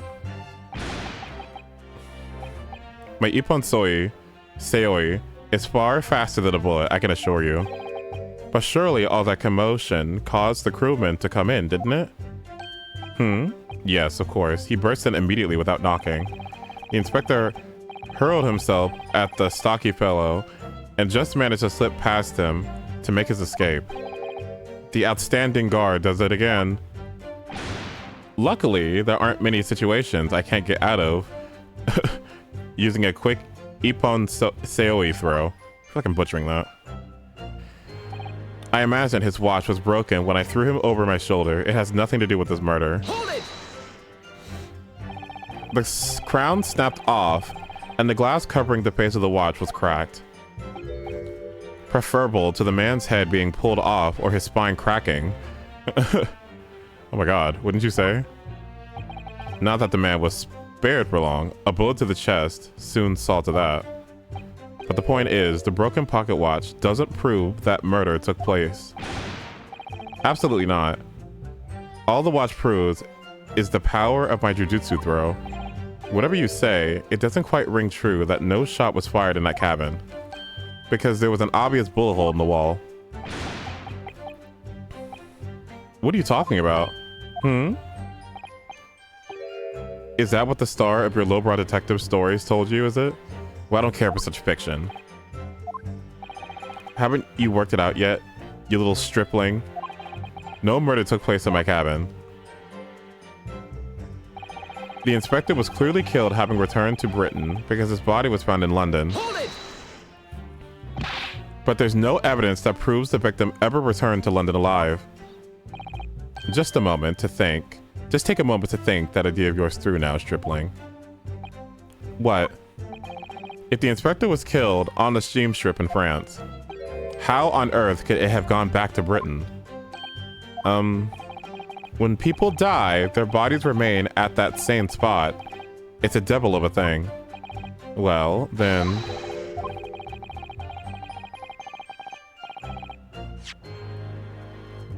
Obviously, the culprit must have moved the body. How exactly? Carrying a corpse off a ship in your arms would raise a few eyebrows at least, don't you think? Well, yes, that's true, but all passenger luggage is inspected when it's unloaded from arriving vessels, and I would like to think the border police would query the corpse of an English gentleman as hand luggage. If the murder had taken place aboard the ship, you would imagine the body would have been disposed of at sea. There would be no sense in risking being caught by attempting to transport the body back to Britain. That's a good point. This is going to be a hard one to disprove. That killed the idea then. But perhaps not. Miss Susato? We've heard that the first-class passengers were under constant scrutiny by crewmen posted to guard them, which would mean that the culprit had no opportunity to dispose of the body at sea. Yes, that is true. So transporting the body to Britain may have been the only viable alternative. Dear me, you really are new to this, aren't you? I thought I'd been perfectly clear, but it seems I'm gonna have to explain it in words you can understand. I think I ought to alter my testimony, with your consent, of course, my lord. I have no objection. State your amended testimony now. There is no possible way I could have transported the victim's corpse back to Britain. Hold it! There's an idea. Think about it, stripling. All passengers and crew disembarked at the same time and passed through the same checks on the border. The symposium guests were then driven straight to the hotel in carriages organized by the military. And we met you as soon as you arrived at the hotel. So you did. Well then, remind me, did I have a corpse over my shoulder at the time? What? No. So we're in agreement then. I couldn't possibly have brought the inspector's body back to Britain. Unless, of course, they developed some clever device these days to instantly move things from A to B. Funny you should say that. That's funny. But Professor Hairbrain's invention didn't actually work, if you remember, Mr. Naruhodo. Yeah, of course. The defense has become unusually quiet, I notice. Yes, because there's really nothing more to say. So that's his story. Well, I suppose if you think about it, whenever you drop a teacup in the office and it breaks, we don't say Mr. Naruhodo must have been murdered there, do we? Is that a veiled threat about what may happen to me if I break another one? And the fact is that Inspector Gregson's body was found in a little room on Fresno Street. If he really was killed in Judge Jikoku's cabin, the body would have had to have been moved somehow, obviously. Transporting a dead body over a country border, that would be impossible. for the majority of people. So there must have been some special circumstances that made it possible for the culprit then. The fact that he's a judge?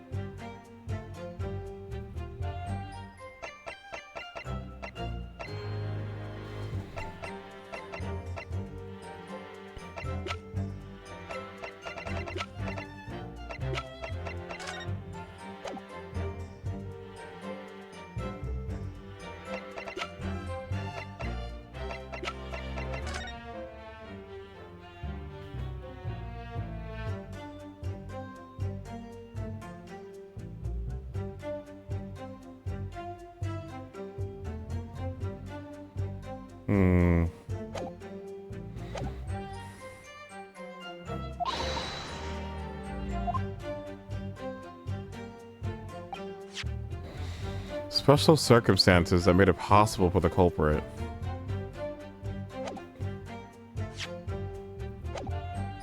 Hold it!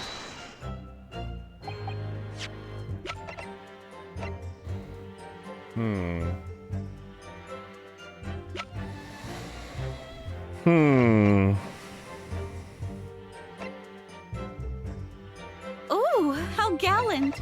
Bits. Bosses, thank you. Thank you for that, bits. I appreciate it. Thank you. Pretty sure you pointed it out already. Did I? Special circumstances that made it possible for the culprit.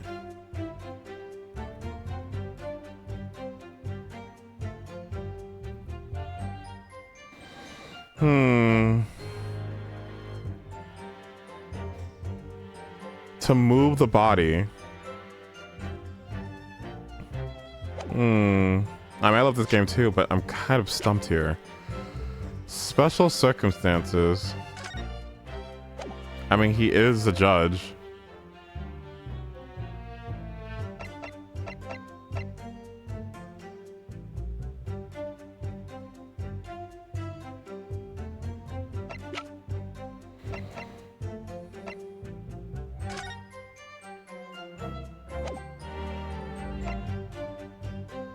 Think about it a bit more. Okay.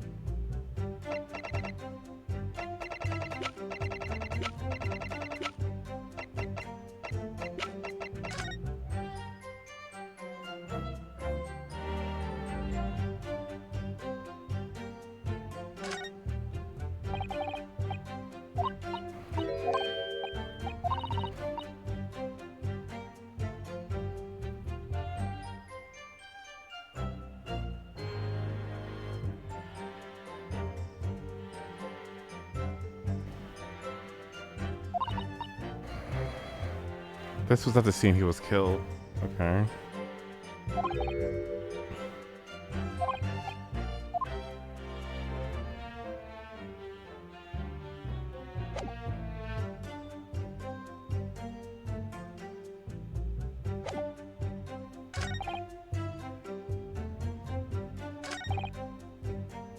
I'm not confident in this at all, but I...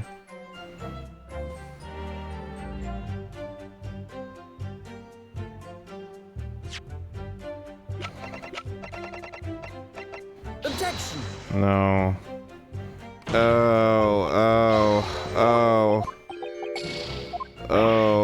Oh no. There's no possible way. Is there no possible way? I mean, I see a suitcase. But you said there... Oh no, I wouldn't be able to follow up. There's no possible way.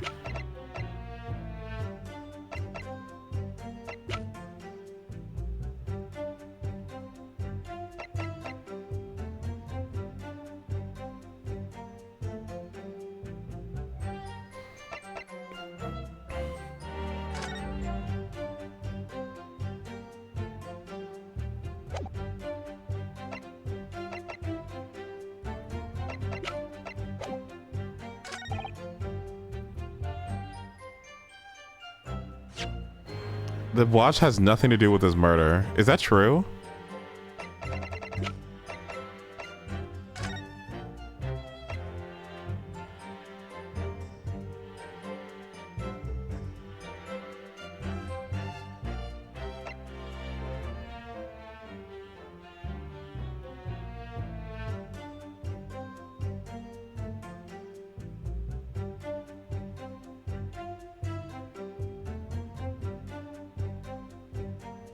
Think back to why you got a certain piece of evidence.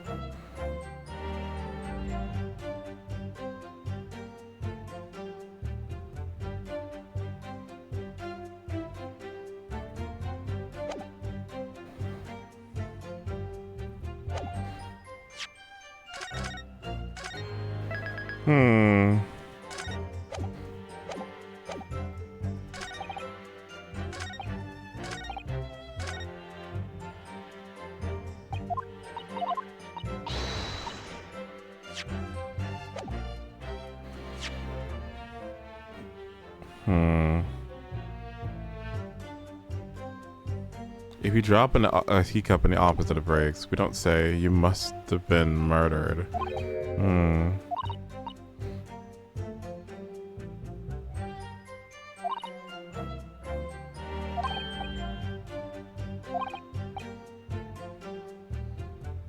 Yeah, but he's a judge.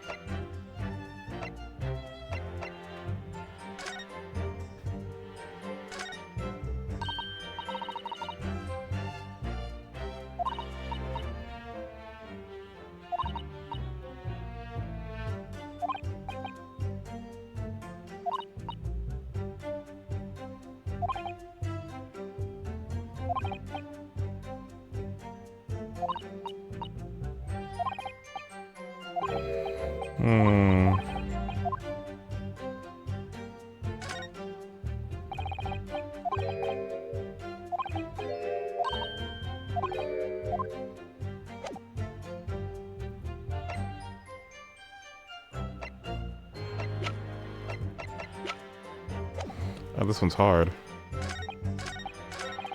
Hold it!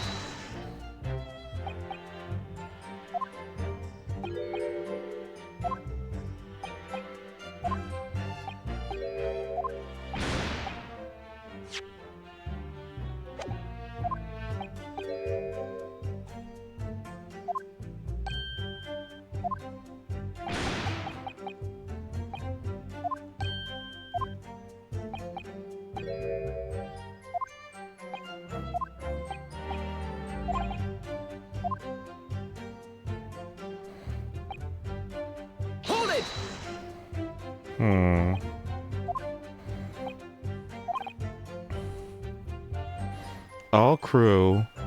All passengers and crew disembark at the same time and pass through the same checks. All. Symposium guests were then driven straight to the hotel in carriages organized by the ministry. Is that true?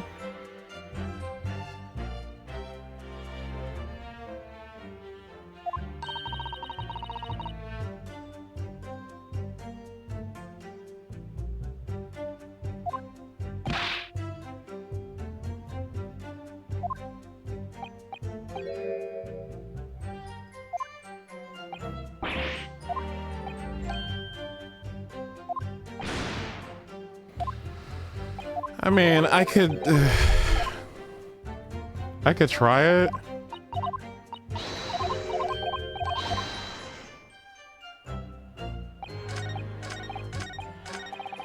Hold it! Oh, fuck me.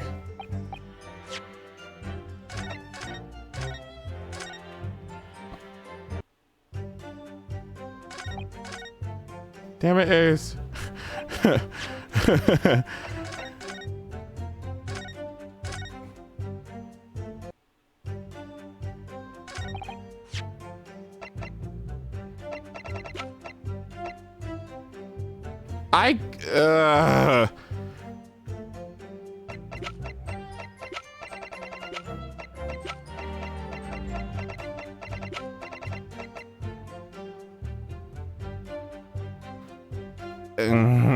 Objection!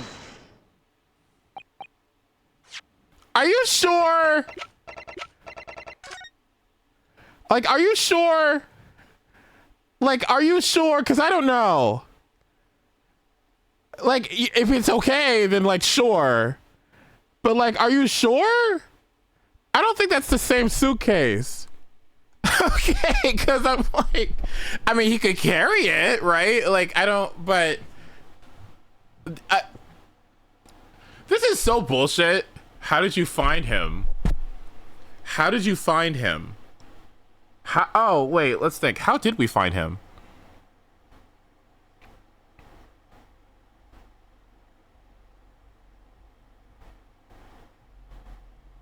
I mean, he fit his body inside of that case. I don't know if that's the same case.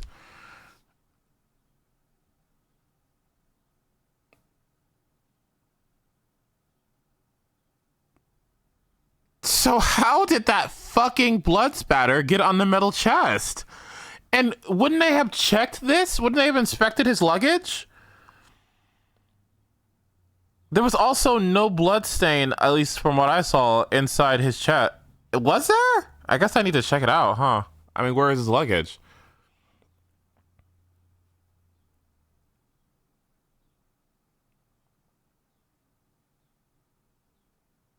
Let them explain it.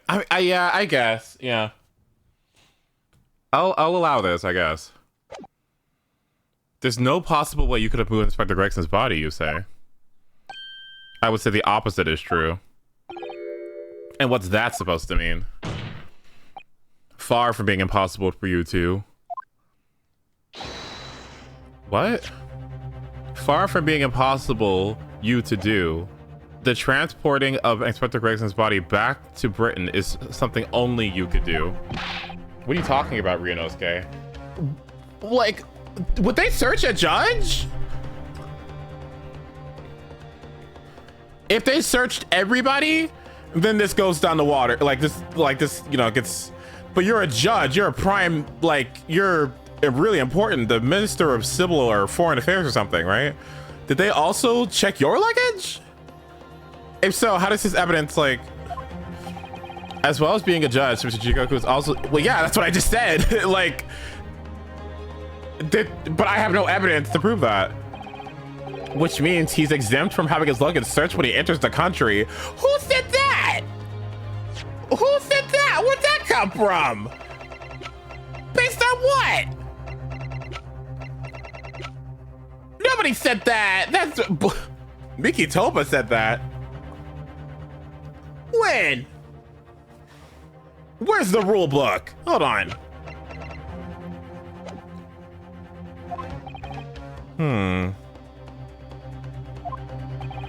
We learned that when we first met you upon your arrival in London. Are you joking?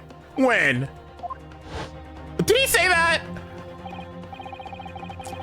When? All those passport checks and oh my god, he did say this.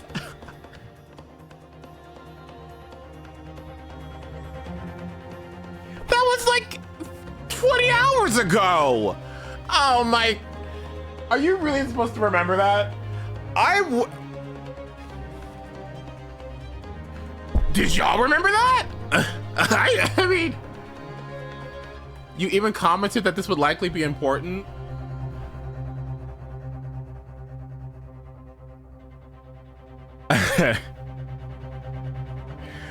Oops.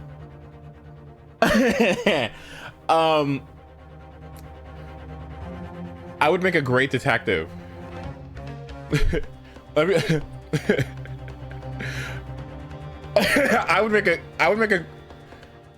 would make a great detective. I promise you.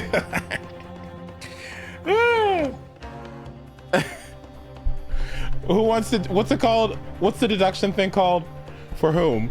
I just need somebody to do, like, okay, if you just, what's the minigame called with Sholmes where you had to correct his deductions or whatever? Just, yeah. Dance up deduction. Yeah, that's all I need. I need a little dance up deduction and we got it. I must say, I'm very envious of your minstrel status. You didn't have to go through any of that, did you? I knew you were jealous. Oh, fuck. I did say something about that, didn't I? I presume you recall this, Judge Jikoku? It's a photograph we took in the foyer of the hotel to mark the occasion. And the court will note you have with you your large travel trunk. Large enough, in fact, to have a corpse inside. Mr. Naruhito, surely you're not suggesting? I'm afraid I am, yes. You went missing too, bitch. You went fucking missing. And honestly, to substantiate that claim too, look at this gun. This gun is old as fuck. Okay? There's no serial number on it. All of them have serial numbers. So what I'm curious about is whose gun is this? It's old as fuck, and the only old ass person in this fucking room are two people. It's Judge Jikoku and Male Strongheart. And if it doesn't belong to Male Strongheart, well, I got bad news. Anyway. 2 days ago, when we were chatting innocently with new arrivals from Japan in the hotel, the body of Inspector Gregson was just meters away from us inside Judge Jikoku's trunk.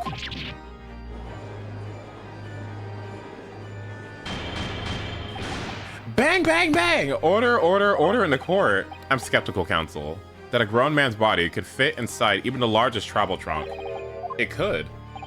Because I happen to know the witness himself. A man of considerable size fits inside his trunk. Yeah, also look at him. He said... Wait, like, we fit? What is this? We fit down till? Like, what is this supposed to be?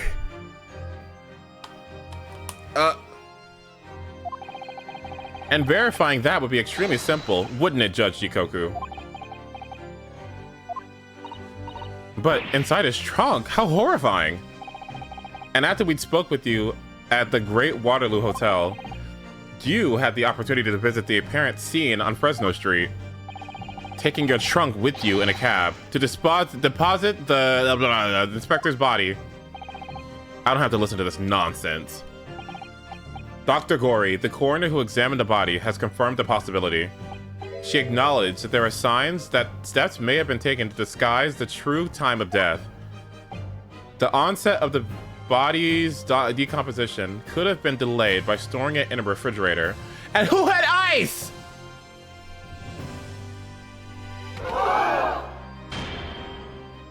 Counsel, as I remember explaining yesterday, refrigerators of the requisite size are few and far between. Yes, I'm sure they are, but there's one place that they're certainly found on, is large ocean liners. Such steamships are equipped with electrically refrigerated cold rooms to keep food fresh on their long sea voyages, and the SS Grus is no exception. Professor Mikitoba told me about it only yesterday. Well, Judge Jikoku? However much you prolong this debate, you can't eliminate the truth that there's a giant fucking bullet hole in the wall that you said was from worms or something. Are we just not gonna acknowledge? All the evidence points to you being the killer.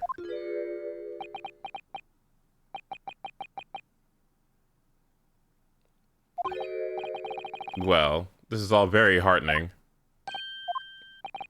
I can see why. I can see that it was a wise move, letting Asogi and you embark on this study tour. What are you talking about now? Logical reasoning, of course.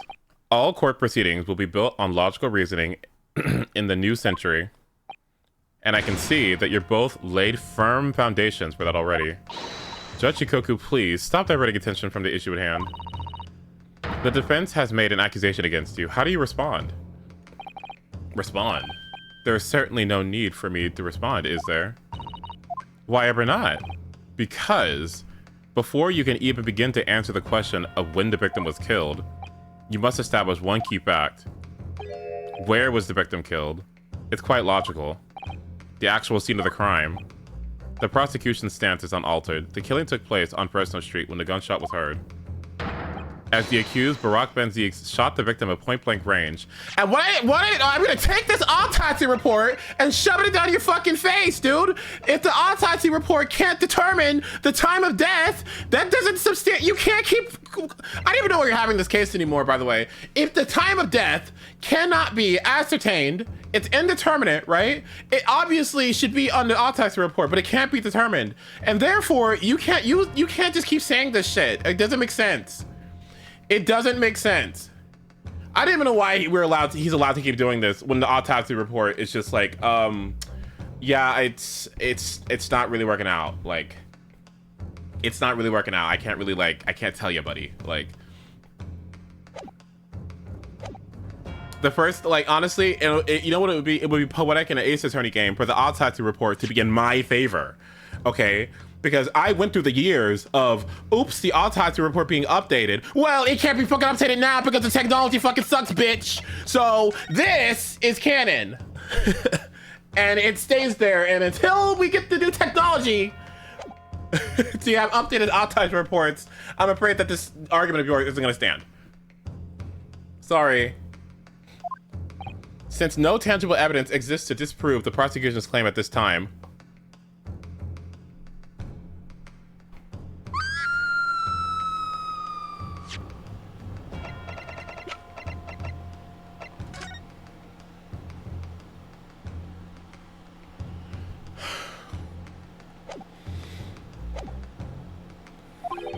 the defense's deductions amount to little more than a laboratory tale.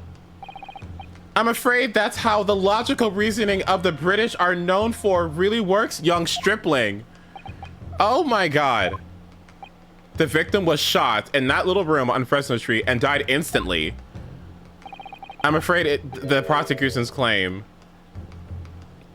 That's the only fairy tale in here. How can you say that? Quite simply, because the claim directly contradicts a certain piece of evidence in our possession.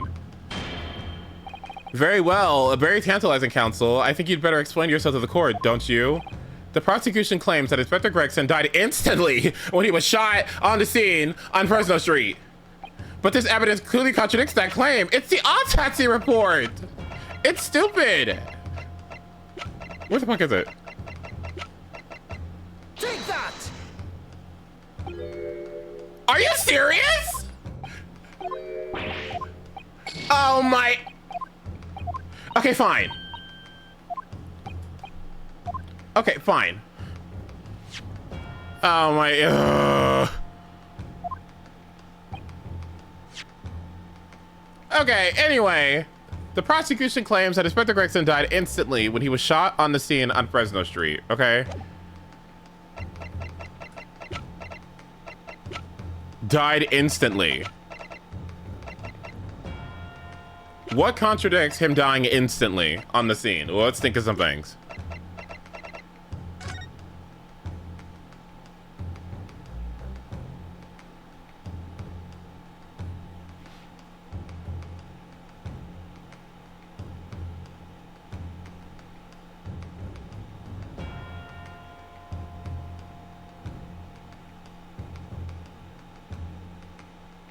died instantly.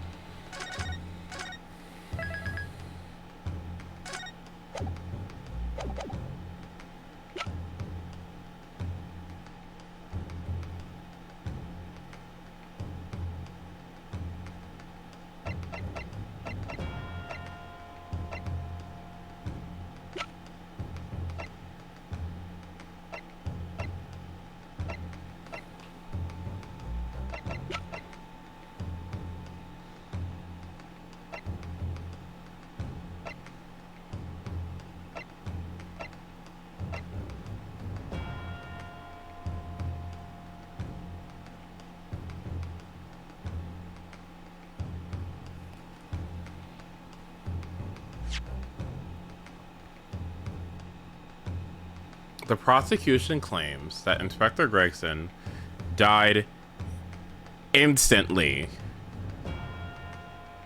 when he was shot at the scene on Fresno Street.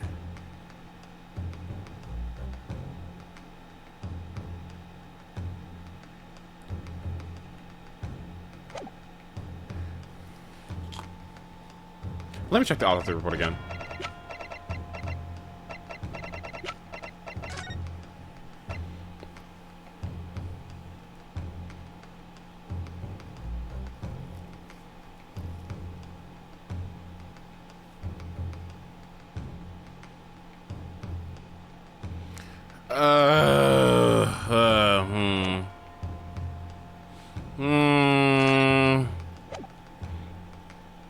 What evidence suggests that measures may have been taken to disguise the time of death? I feel like it's the photo.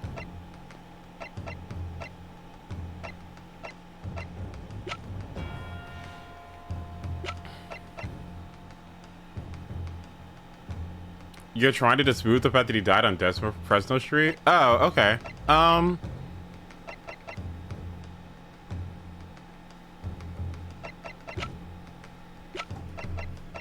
Is it the trunk then?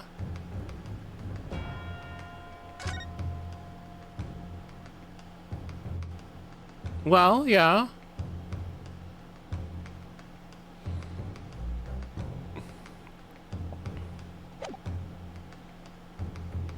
No. Well, I need to know what this is. Because this was on the scene, right? The trunk, yeah, this was at the scene. Does something have blood on it that it shouldn't?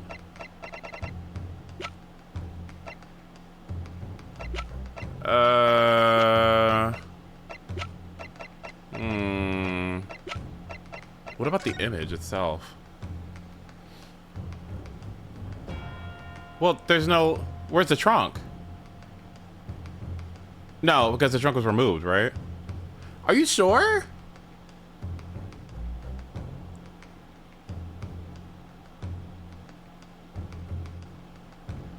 Are you sure?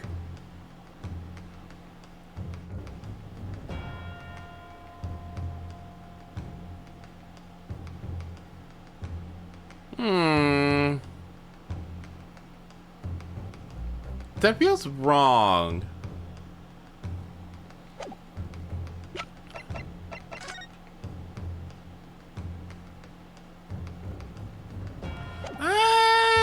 Maybe the photo? Yeah.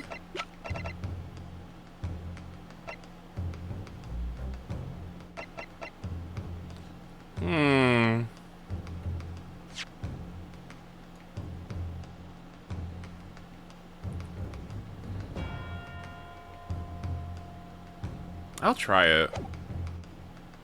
Take that!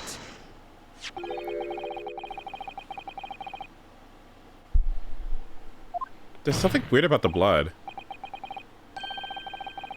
The posture of the body does look like that of the chest. Why would he be in a fetal position like that?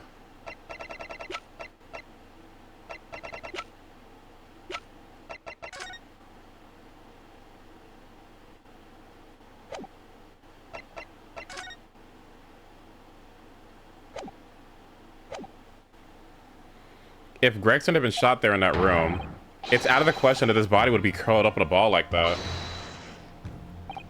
I'm sorry to disappoint you, but your logic is flawed. He could have easily have adopted that foetal position due to the pain of the shot, which subsequently proved fatal. Objection! I don't know about that. I'm sorry to disappoint you, Judge Goku, but your logic that's flawed is flawed. What?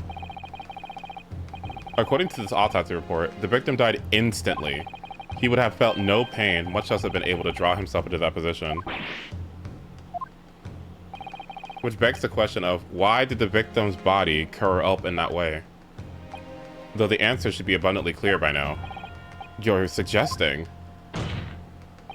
The inspector's body took that posture ahead of its arrival on Fresno Street, before it was coldly turned out on the floor from the inside of a large travel trunk. Unfortunately, that is quite good. The shape of the body. Yeah? If I died instantly, I wouldn't like, what am I, a bug? What am I, like a spider? You know how spiders like, ugh, when they die, or like a wasp, you kill a wasp, and you're like, ugh, you don't do that.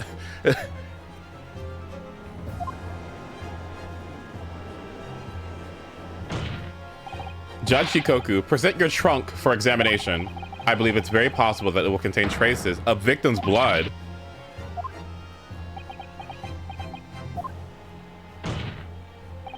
Present my trunk? I refuse. What? On what grounds? I'm the Minister of Foreign Affairs from the Empire of Japan. I shouldn't have to put up with this treatment just because of some stripling's baseless accusations.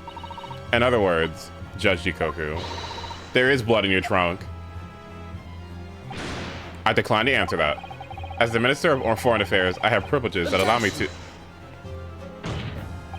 At this moment, you are not a governor minister. You are a witness at a trial in Britain's highest court. I don't care who you are or what your status outside this courtroom might be. You will not withhold information. Whoa! Oh! Whoa! Whoa, whoa, whoa. Hit him with that critical hit quote. You will not withhold information. Nothing is more important than the truth.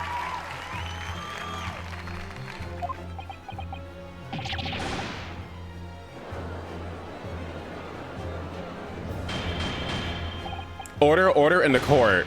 Well, Mr. Jikoku, what's it to be? You can't be serious. You did it?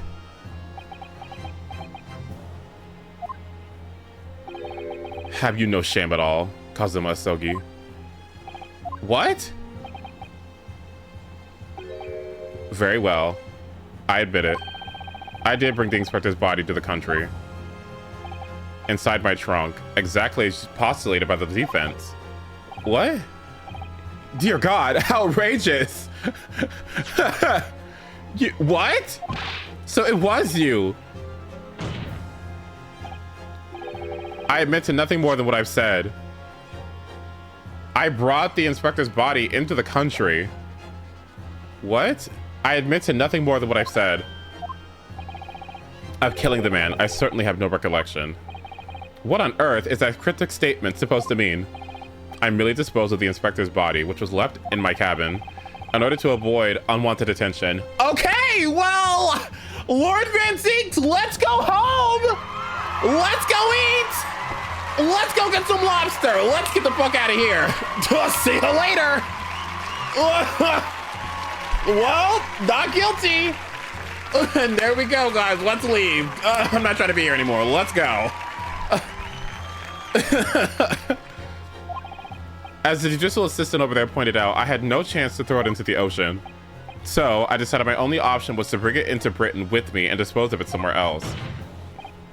You still can't deny it. If you didn't do it, then who on earth did kill the man? As you know, there was no one other person in my cabin that night. He had the opportunity.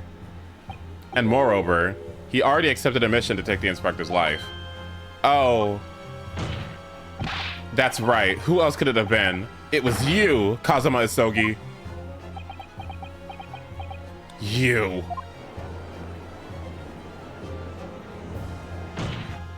Man, if somebody was racist in this, like, lobby, oh, they would be saying some awful things. Oh my God. They would be saying some terrible things. Oh my God. See, I knew it. Oh my, no. Are their hands okay? I mean,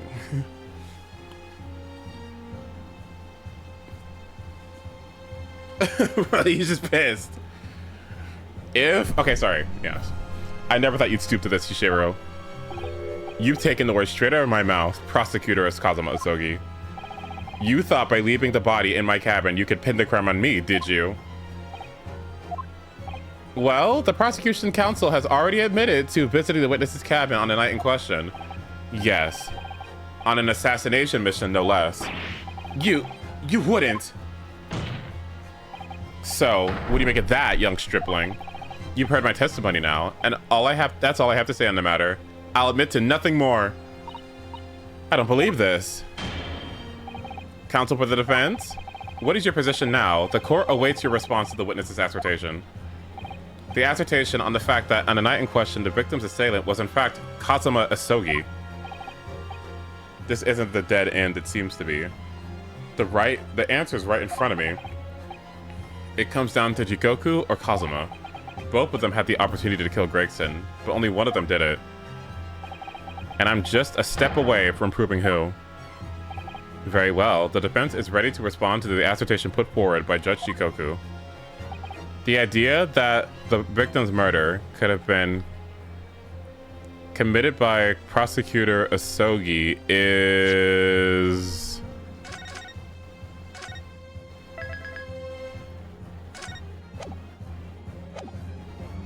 It definitely is possible. Is it impossible? Did he have a gun? Is it impossible because of this gun?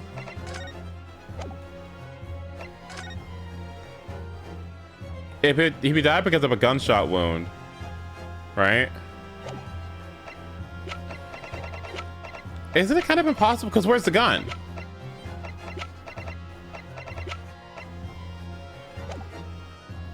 I think it's impossible.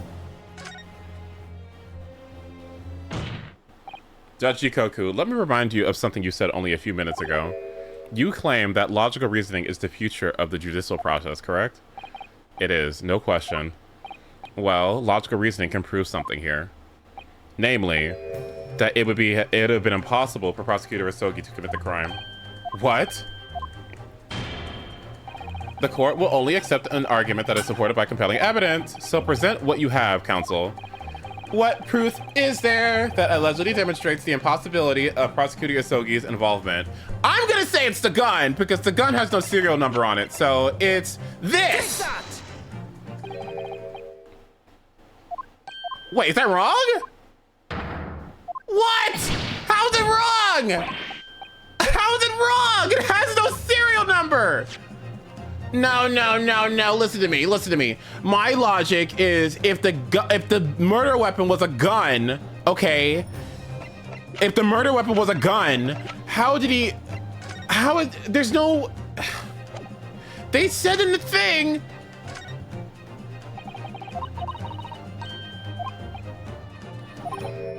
There's no serial number on it. How would the serial number prove it? Because I don't know. Because to me, like, if he's a new prosecutor, he gets a gun, right? Because he's a part of the judiciary, and so he would have a gun that would have a serial number on it, and Jikoku wouldn't because he's old, right? No, am I wrong? He could have just taken it. Okay, fair. Okay, well, okay, well, we already crew member of the crew was on sentry duty outside the first class cabin nearly at all times. So as long as the guard was there, it would have been impossible to fire a shot without it being heard. And that very much so narrows down the crime to... Wait, what?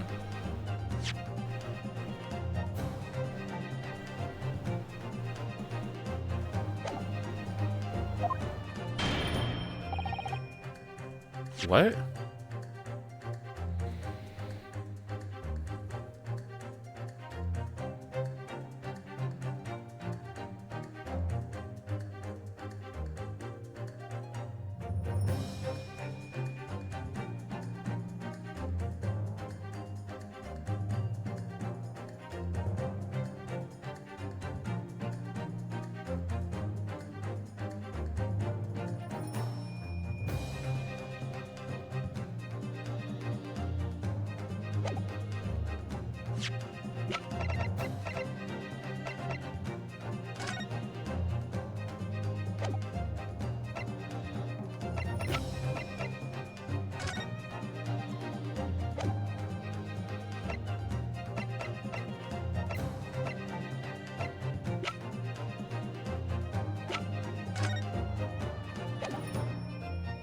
Oh, wait, what?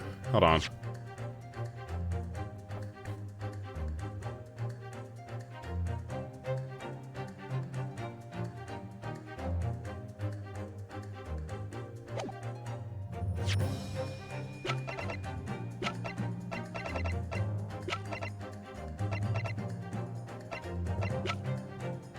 Nope, I gotta think about this one. I gotta think.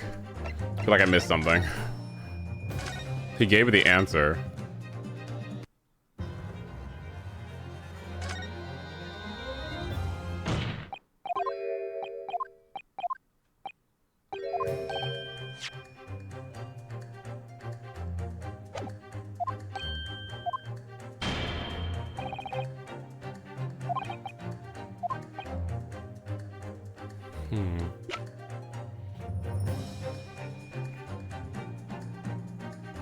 I want to say it's the watch, but...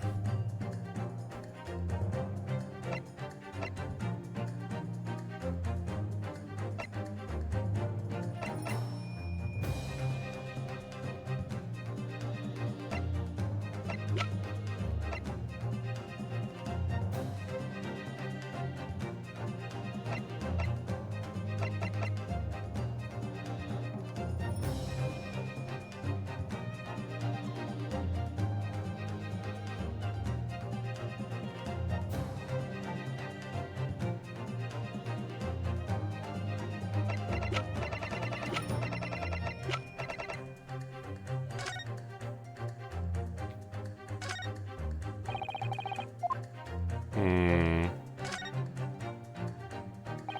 I know, me in this fucking trunk. I know. But they still haven't talked about this. Like, I don't understand. Let me think for a second.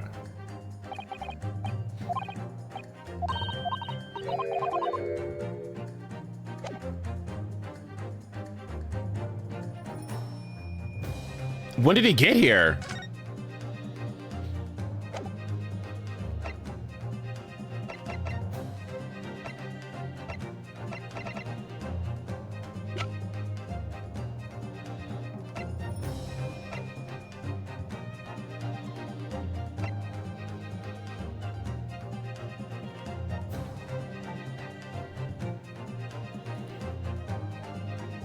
Hmm.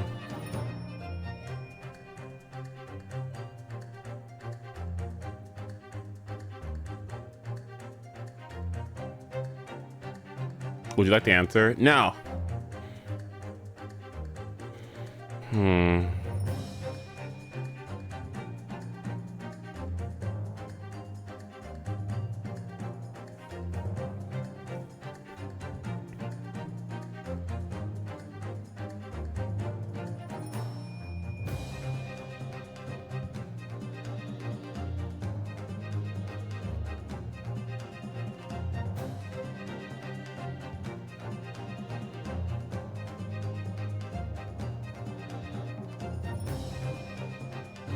Hmm.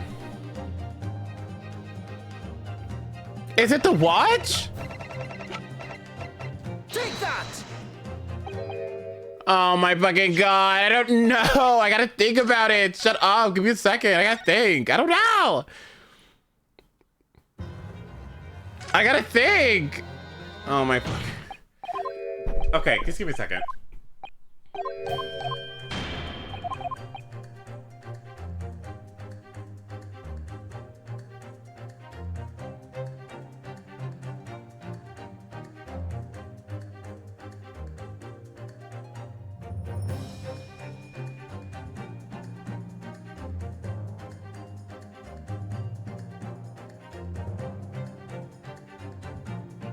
It's not the gun.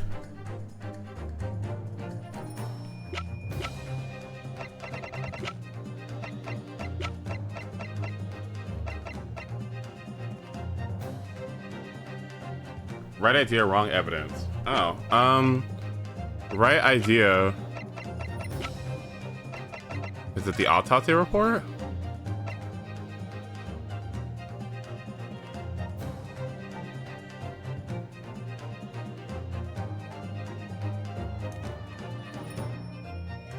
Hmm.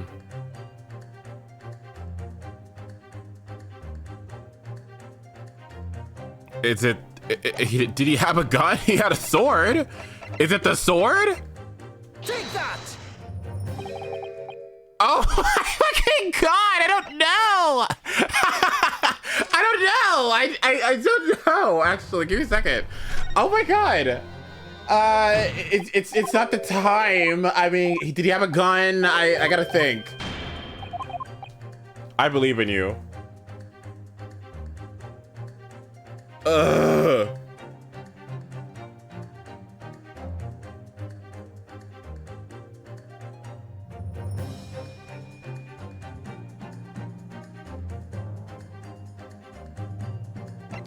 Yes. You're not proving how, but why? Why? What proof that demonstrates you're not proving how, but why? Why would he? So why would what? Hmm.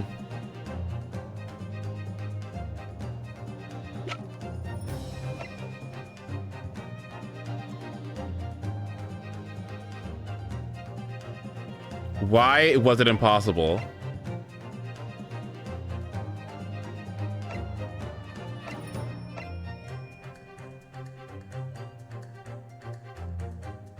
Because wouldn't it have?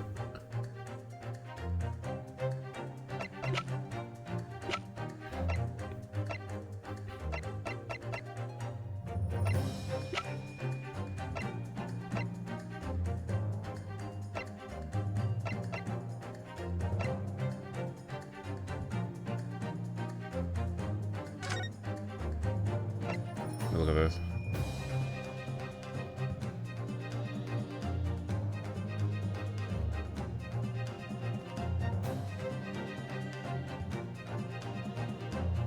Sentry duty, right? Is it this stupid fucking... Is it this? But... Did the timing just not line up? Is that what they were insinuating? Because when he entered the cabin, there was a dude there. Oh. Take that! Oh.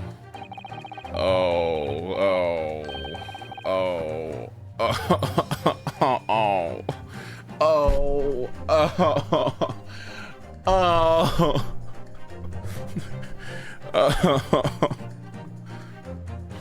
Oh. Okay, anyway. The itinerary is conclusive proof. An itinerary? How does that prove anything? Judge Shikoku, the moment you acknowledge that you found the victim's body in your cabin, this itinerary suddenly became much more significant. What? Why? On the night in question, as always, a crewman sentry was on guard outside of your cabin door. As long as he was there, nobody could have fired a shot inside the cabin. Absolutely, because it was inconceivable that the guard wouldn't have heard it and come to investigate. So that tells us that the crime must have taken place when the guard was elsewhere. So that gives us a time of death, maybe? And that narrows it down to 20 minutes just after 10 o'clock, as indicated on the itinerary. But what I don't know is, like, when did he show up then? I see no flaw in your reasoning so far. But the crucial point is this: when the evacuation drill took place, the steam should have already been put to sea from the port of Dung. Oh, yeah, because it already had departed. Yeah. It already had departed. Yeah.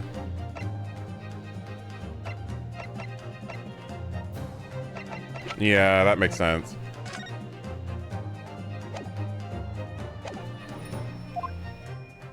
Now, clearly, the murder could have only been committed by somebody who was aboard the vessel at the time. The prosecutor Asogi said in yesterday's proceedings, I didn't come to the Great Britain to take anyone's life. Did you just leave? So I left Gregson and disembarked the ship. I spent that night on a boarding house in town, and then returned to England the following morning. Which I'm sure the court agrees is conclusive proof. Because didn't he say that he could, like, prove it?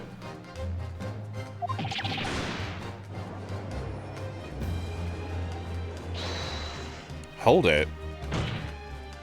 No, absolutely not. I don't accept that at all. What do you mean? The boy just saying that to exonerate himself. You can't trust that he really disembarked the vessel. Obviously, after he left my cabin, he hid himself somewhere nearby on the ship, just waiting for his chance to come back and finish the.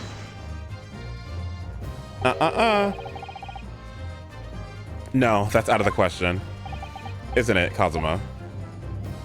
As the defense rightfully recalls, I disembarked the vessel and spent a night in a boarding house in Dunkirk.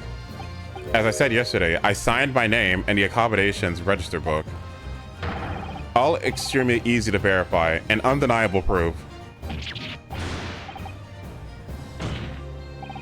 There's no escape this time. You can forget that you're a judge or a government minister. It's time that you gave the court an honest answer as a common man. You killed Inspector Tobias Gregson and transported his corpse back to Britain. Then you dumped the body in the room on Fresno Street and made it look as though the murder happened there. That's what really happened, isn't it, Shishiro Jikoku?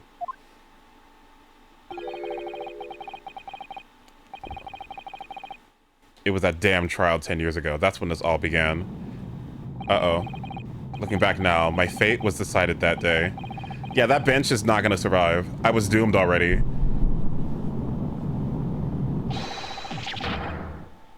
Oh.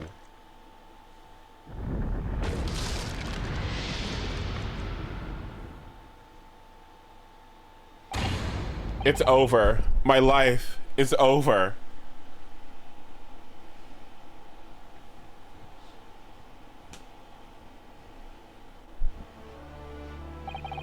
A British assassin to eliminate a professor in Japan. A Japanese assassin to eliminate a detective in Britain.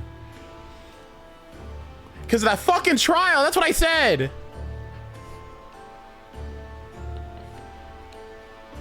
Are we gonna ignore the telekinesis? Yeah, I mean, I don't know why the wood flew away, but now he's got a murder sentence he's got to deal with, and he's got to pay for that bench too. Both assassins will use diplomatic immunity to evade conviction and return safely to their homelands. The assassin exchange requests were a bride from Britain about 1 year ago, though it was hardly a request, it was a demand. And for that, you decided to recruit Mr. Isogi. But things didn't go according to plan. Your chosen assassin never made it to Britain, and you found yourself unable to dispatch a replacement because I was already on my way to Britain at the time in Kazuma's place. And that left me with the only option with carrying out my obligation, to eliminate the mark myself, personally.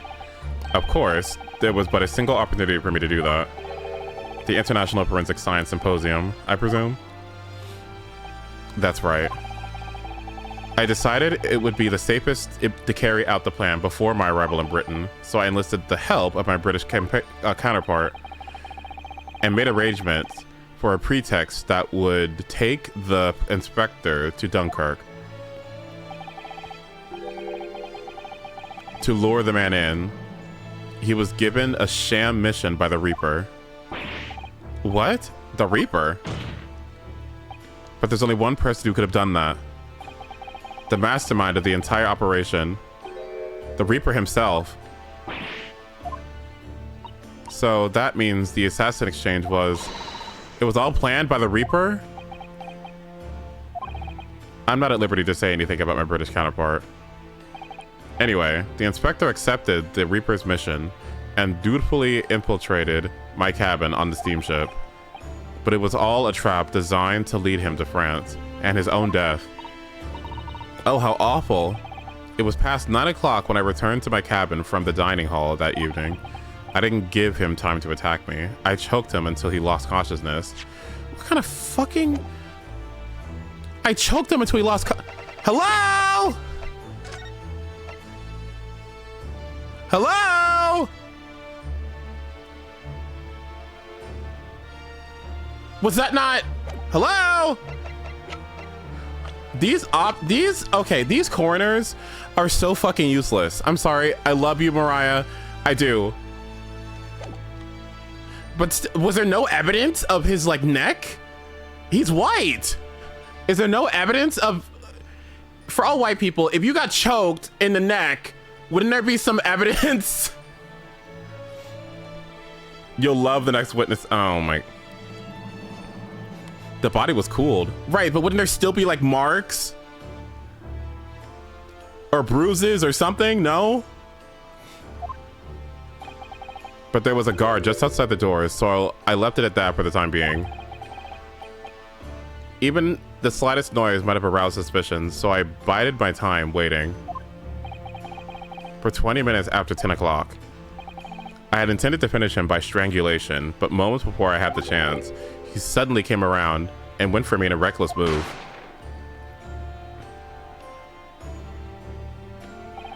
I'd received the British issue gun 16 years earlier, being a member... That's what I said! This useless gun... This gun has done nothing for me! This gun... has done absolutely nothing! This might as well be a brick. The murder weapon was useless. Thanks. What? Why do I have bricks in my court record? I received the British issue gun 16 years ago, being a member of the judiciary as a visiting student. Well, that's what I said! I never imagined I'd have to use it for something like this. So the revolver belongs to you, does it? Then the victim was killed inside your cabin in the SS Grus, which begs the question of why you arranged for his body to be discovered in the room on Fresno Street. The young judicial assistant over there already has answered that question. There was no way I could take the body up on deck and throw it over the side. That's precisely where the crewmen were gathered for the evacuation drill.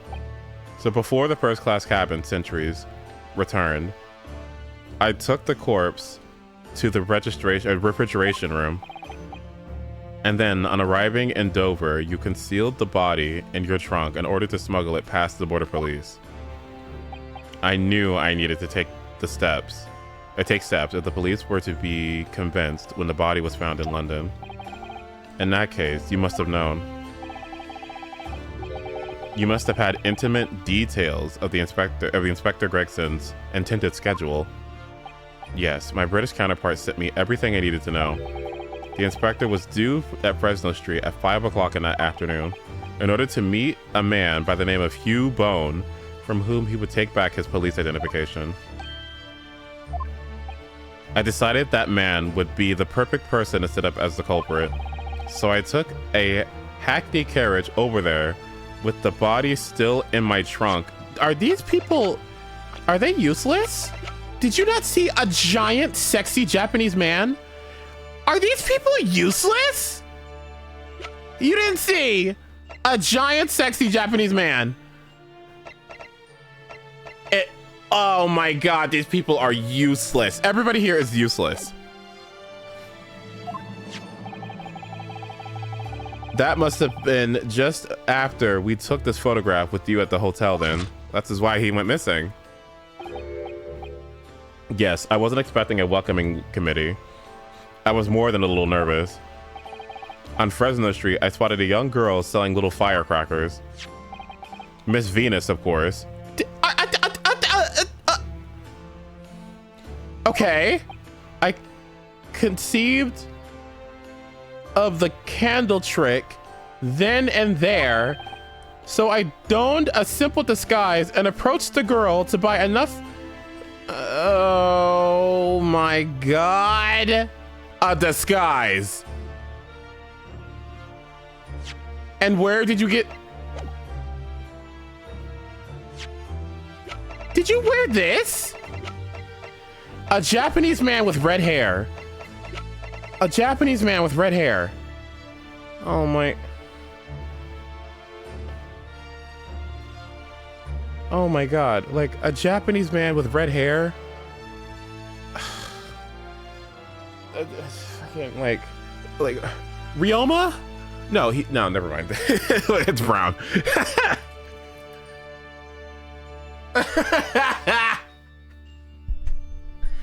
I mean, I guess. Sure.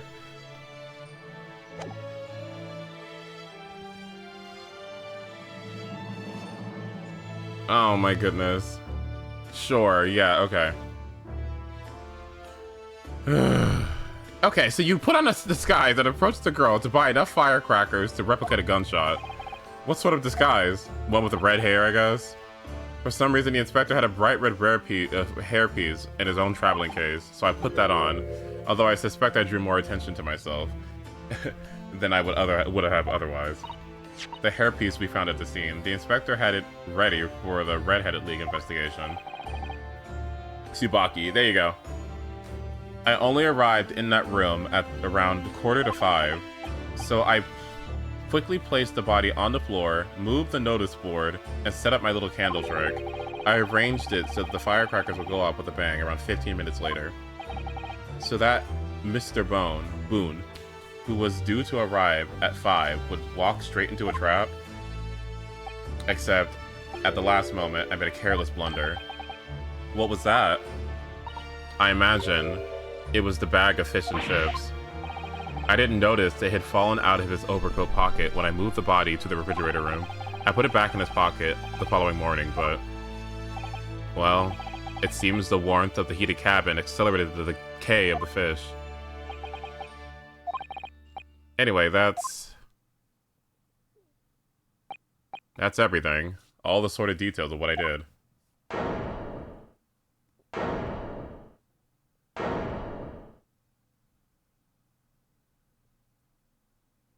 Did you witness to see anyone else before 5 p.m.?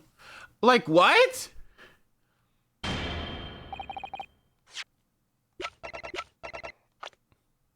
So let's see how many useless pieces of evidence I have. Let's see. So this was used once.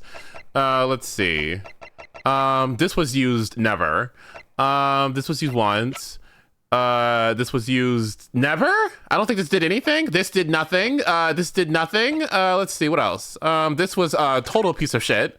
Utterly useless. It might as well not even exist. This did one thing. Let's see. This was, I mean, a good thing we checked the back. Otherwise, it wouldn't have done anything.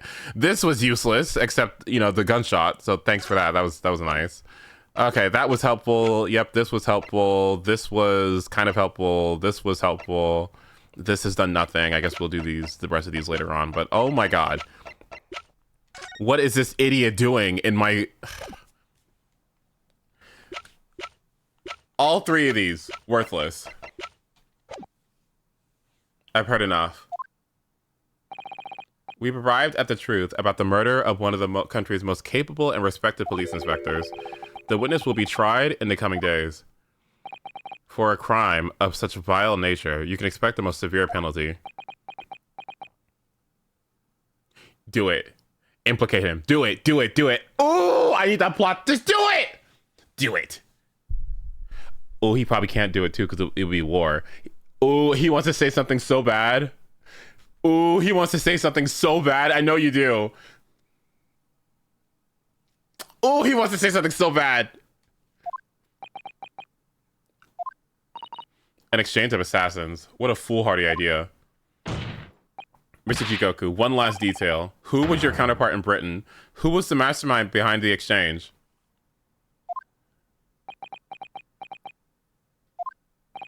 Nothing you can say now will make matters worse for you. Just tell us.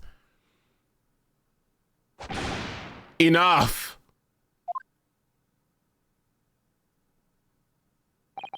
I've already told you that I cannot say. Listen, if it's a matter of, like, war or something... Even though, as things stand, you may very well never set foot in your homeland again...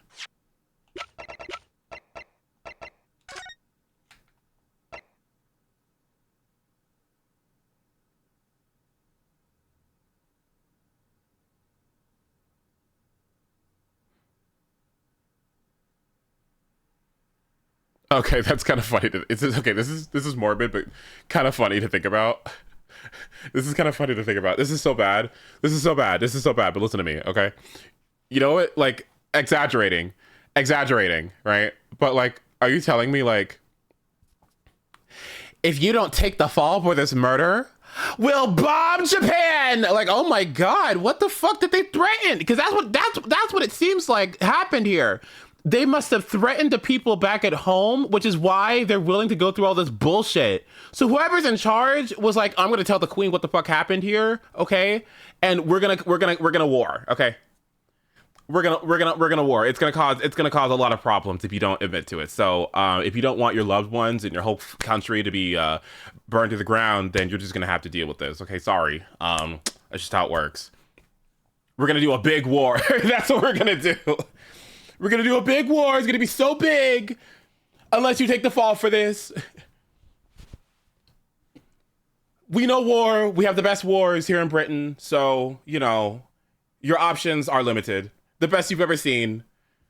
it's the best wars you've ever seen. You have no options. I guess. What are you waiting for? Can't we get this over with now? It's finished. All of it. I'm finished. Then, in the name of Her Majesty, the Queen, I now pronounce the findings of this court. The man before us has admitted to the willful murder of Tobias Gregson.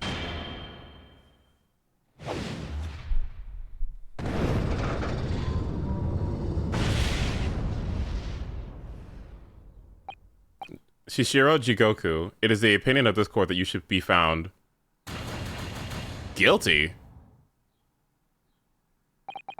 And may I remind those present of the strict confidentiality demanded by this closed court. Hold it!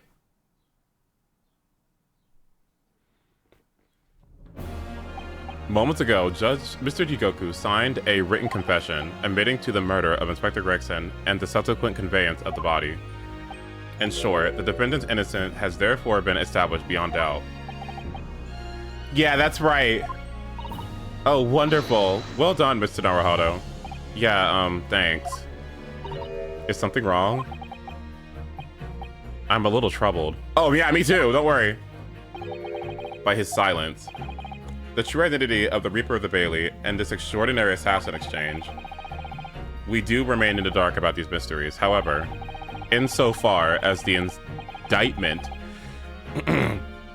brought against the defendant in this trial, we have reached the conclusion. I have every intention of pursuing both mysteries as a prosecutor. As you wish. Now, for the formal adjudication. I hereby declare the defendant. Objection. Yeah.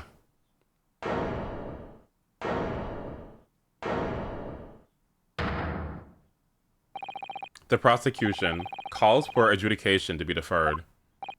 Counsel? The accused's innocence hasn't been fully established at all. And therefore, it would be wrong to deliver a verdict at this time.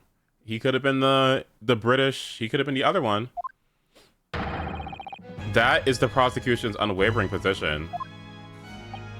What? But Judge Jigoku has already confessed. He had an accomplice, right? Nevertheless, Barack Benziques has committed crimes which he must be punished. Well, it would appear that you have information that the court needs to hear, Prosecutor Isogi. Certainly. The murder of Inspector Gregson was actually carried out by Shishiro Jigoku. But it's clear from the witness's testimony that he's being coerced into complying with the plot, into the sick, merciless assassin exchange. That may be true, but... So what I want to know is who coerced Jigoku? Who's pulling the strings? The victim went to France having been murdered, or having been ordered on a mission for the Reaper, only to be murdered. In other words, the mastermind behind the assassin exchange is someone in a position to give such an order. As we've already established, the Reaper himself. Well, certainly, that would appear to follow. The prosecution hereby formally accuses the man in the dock, Barack Benziques, of being the Reaper of the Bailey, and furthermore, I'm going to prove his guilt beyond all reasonable doubt. Okay, right, but that's a new court. Can we, like, sign in the papers, or...? Order, order, order! The Reaper of the Bailey is a long-standing mystery, Counsel. Are you suggesting you have some new information with which to build a case? Scotland Yard has already investigated Lord Benziques very thoroughly in that regard, and they found no evidence whatsoever to substantiate the claim that he is the Reaper. Perhaps, but circumstances have now changed. What do you mean? It's already been established that the assassin exchange was negotiated with Jigoku by the Reaper himself, which means we now have a new line of questioning by which to identify definitively the man's identity. That is the prosecution's intention here.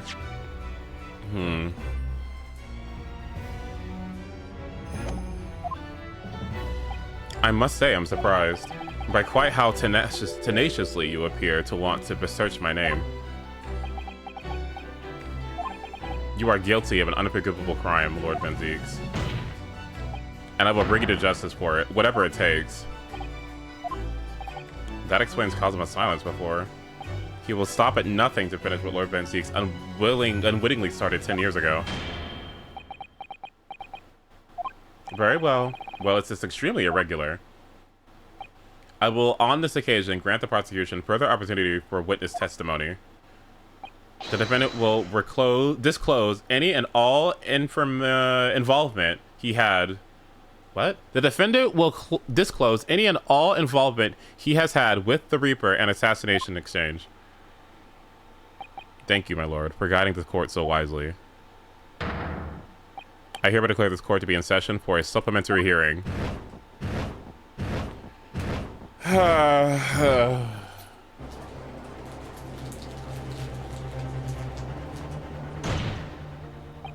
Pray turn a blind eye to the discourtesy that as I verify this vile and unremitting accusation hasn't sourced the contents of my hollow chalice. Lord Benziques, I first had to suffer the pseudonym of the Reaper, 10 years ago now. And ever since that time, I've endured the weight of implied guilt that's gone with it. So I welcome the chance to testify now and crush those allegations once and for all. Good. Then let the justice decide. Let justice decide, Lord Van Zieks. The prosecution seeks to begin building its case by calling the accused to the stand as the primary witness in order that he may answer the accusation brought by the prosecution that he is the Reaper of the Bailey. And what says the defense? Putting the defendant in the witness's stand can be extremely dangerous, and Kazuma-san was so emotional at the moment, he's not thinking logically. You're right that he's not himself, but I knew it would be like this, and I came here today determined to face him through whatever might arise, as a lawyer and as his friend. That's what we must do. The defense says, what the hell, sure, my lord. Very well, defendant, you will take the witness's stand and give formal testimony on the subject of your involvement with the Reaper and the assassin exchange. As you wish, my lord. Okay, well, I need to get something to eat. I'll be right back. All right, let's get a snack. Let's get a snack. All right. BRB, it's getting good. All right, 1 second.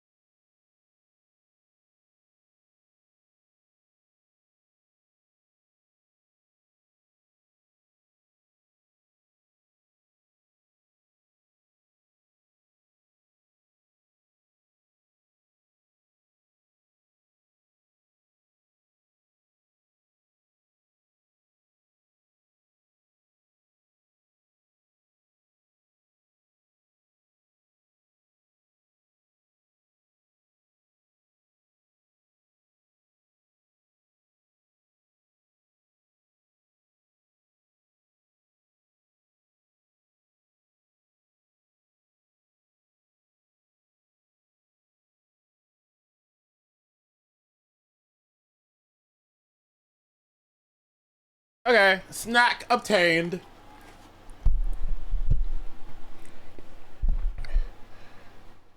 I found a video. You're gonna watch it with me. It's actually kind of funny. Okay. Tap in. Come on. Come on. Come on. Hurry up. Hurry up. Hurry up. Come here. Blah, blah, blah, blah. Before we listen to this testimony, we're listening to this short. So my 5-year-old comes to me crying hysterical like her iPad died. And I'm instantly irritated because these kids cry if lint falls on their jacket. She just kept crying, so I finally said, what's wrong? And she says, I want to be skinny. I looked at this girl crazy because do y'all see her? Like, what part of you ain't? I want to be skinny. Look at her. I want to be skinny. Skinny. Then she says, I only want to eat rice and broccoli. Meanwhile, she's holding chow mein, crying while eating it. So I said, why you want to be skinny? She says, I want to look like you. Child, I must be doing something right to have a fresh-bodied 5-year-old one of my 5-kid having body. Y'all understood that? So anyways, I said, look like me where? She points to her belly. Now I'm confused because my belly ain't no Tiana Taylor. So I says, girl, everybody belly stick out after you eat. So I poked mine out to prove my point and showed her. Then I grabbed her 1-year-old sister and said, look, her stomach poke out too. Then I said, daddy eat a lot, so you know he is poking out. Now we all in the kitchen poking out our stomach looking like fools. I look at this girl and she over there doing jumping jacks crying. I almost busted out laughing. But then I was like, I do get crazy about what I eat sometimes. And I do be running in place after I eat dinner. But I did not realize my kids were low-key taking notes. Be careful what y'all do and say in front of kids because it's a blessing and a curse. Anyway, she finished her chow mein and asked for seconds, as she should. Good. Baby, we gonna eat. Where do y'all think kids start learning about body images? Tell me so I can keep my kids from around there. Bye. Like, oh no. No. Why is he crying while eating chow mein? Oh my god. I'm glad the mom's being supportive. I'm glad the mom's being supportive. Oh no, that would break my heart. Oh, don't cry while eating chow mein. No. Chinese food is supposed to be the opposite. You're not supposed to cry and eat Chinese food. You know what I'm saying? You know what I'm saying? Like, come on. It's supposed to make you not cry. That's why you get it. That's why you eat it. Okay, let me, let's begin. Okay. Who's ready to deduce? Whose thinking caps are on? Let's do it. The Reaper and the Assassin exchange. I've never taken the life of another, nor have I instructed another to kill. I've been investigating the truth behind the Reaper for years, and I was aware of Gregson's involvement. That is the reason why I went to Fresno Street that day, and how I came to discover the body. The point is, no common thread exists between myself, Gregson, and Dr. Wilson. Clearly, therefore, there's no reason to suspect me of being behind the assassin exchange. So you deny all accusations by the prosecution, both that you are the Reaper of the Bailey and that you masterminded the assassin exchange? I acknowledge that the public at large believe me to be the Reaper. However, that's a fallacy, which I alone am in a position to forswear. Naturally, the prosecution believes the testimony just given by the accused to be untrue. Ryunosuke Naruhodo. Yes? Let me ask you, why are you here? What really brings you to this courtroom? I desire to uncover the truth, even if the truth proves your client to be guilty. From my experiences in this courtroom, I've come to realize something. The truth cannot be hidden. Sooner or later, it will come out. So, it is always my intention to work with my client in pursuit of the truth. I want you to remember what you just said. Enough dilatory chatter. Counsel for the defense proceeds to cross-examine the witness. Okay. I know exactly what you're thinking, Kazuma. I know you're just waiting to point it out. The contradiction, you're convinced, lies somewhere within this man's testimony. Oh, also, I ate some pepperonis, some half and half. I ate some cheese and 2 string cheeses and an orange, and I had 2 bowls of cereal with honey and some water and almond milk.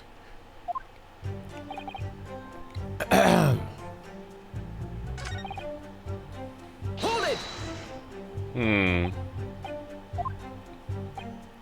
Since the very first time the Reaper's influence was felt in this courtroom 10 years ago now.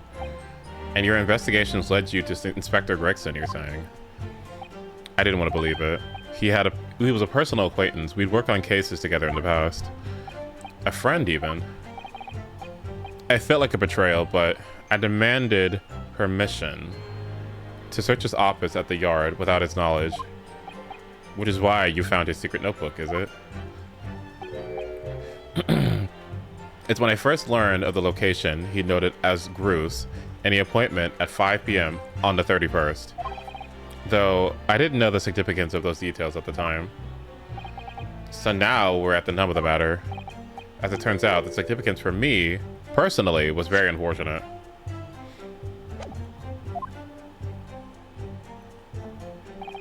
That's the reason why I went to President Street that day. Okay. Hold it!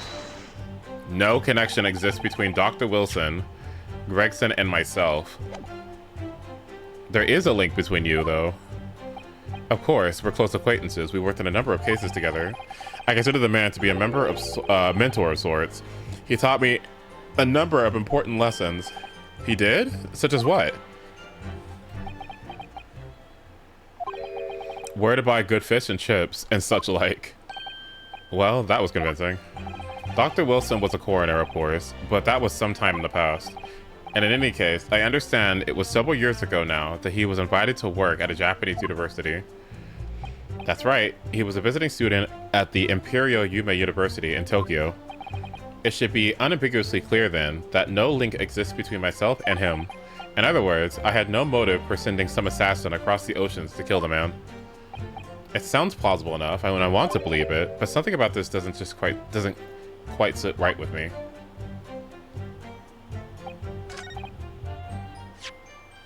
There's no common thread between myself, Gregson, and Dr. Wilson.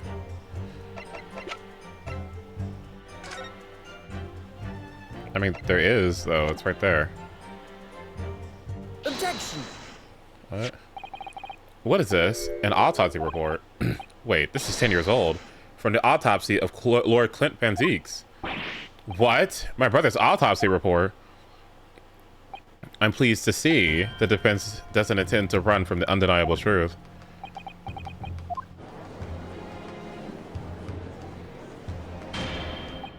Order in the court. What reason do you have for presenting a 10-year-old autopsy report here, counsel? The autopsy report of the professor's final victim is an undeniable link between Inspector Gregson, Dr. Wilson, and the defendant. Not that accursed name again. The professor. I personally researched all of the court records relating to that case. I know at the time, the autopsy was considered sacrilege.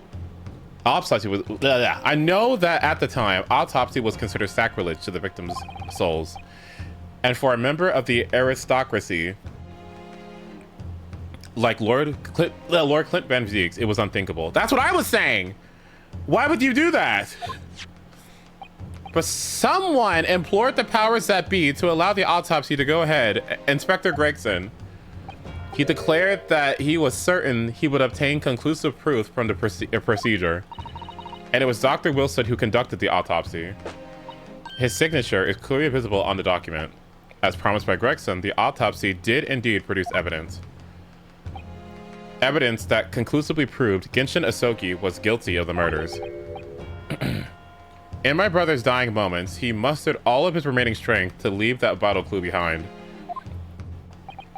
Let's ignore the fact that this autopsy report was stolen, by the way. Indeed. That was the key to indicting the professor for his crimes and the conclusive evidence that convicted him. It enabled Lord Van Zieks here to avenge his brother's senseless death with a marvelous victory in court. A marvelous victory, was it? I wonder if that's really true. What?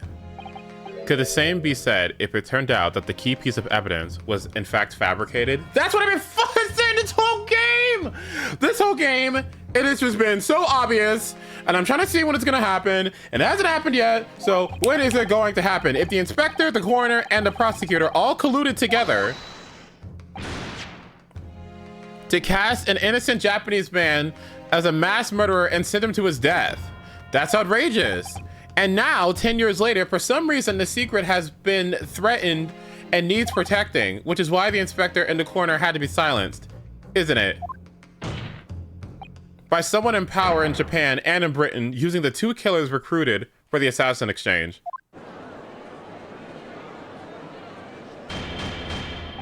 Order at once. 10 years ago, my father was convicted in this very courtroom as a mass murderer to be sentenced to death, but it was all a sham, and I swore to myself that I'd prove it, which is why I had to come to Britain, whatever the cost.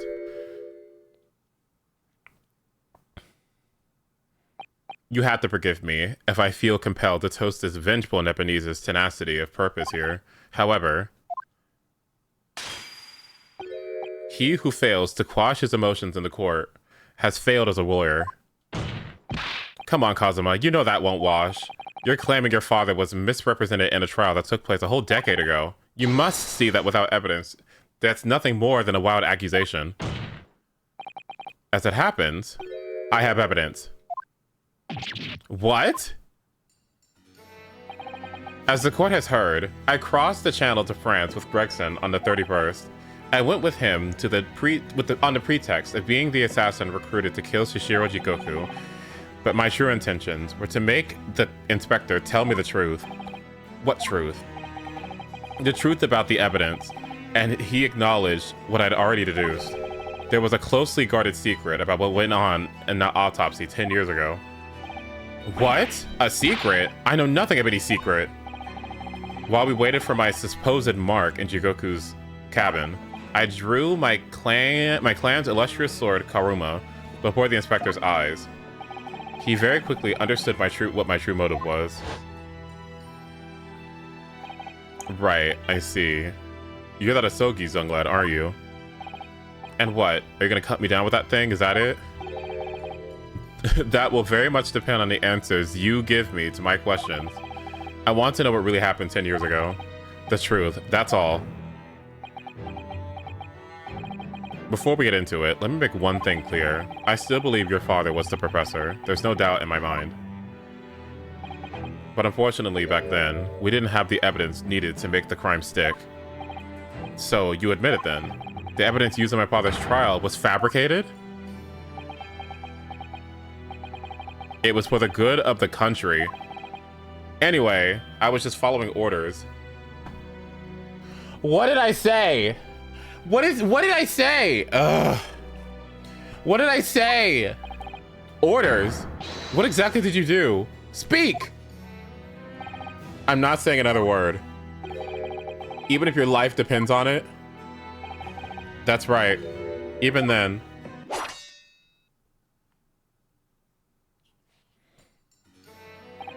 So that's when the tip of the sword broke. Oh, Kazuma-sama. If the results of Clint Van Zeeks' autopsy were fabricated, then the investigating officer Gregson and the lead coroner Wilson must have known about it, and it can only have been ordered to pervert the court. And it could have only have been ordered to pervert the course of justice in that way by one man. The man leading the case for prosecution, Barack Van Zeeks.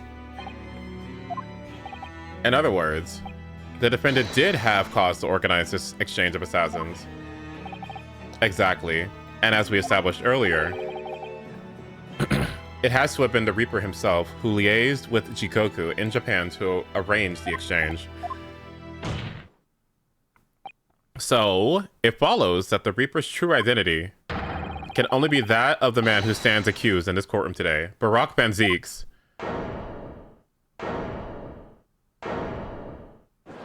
It could be the person that, Objection! It could be the person that whose case that originally was. Kazuma Asogi. What? What you've just told the court, are you absolutely certain of your facts? Did Gregson really fabricate evidence for that trial 10 years ago? I heard it with my own ears. His shameful admission.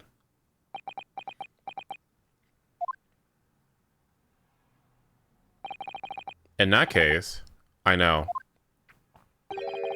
The name of the Reaper.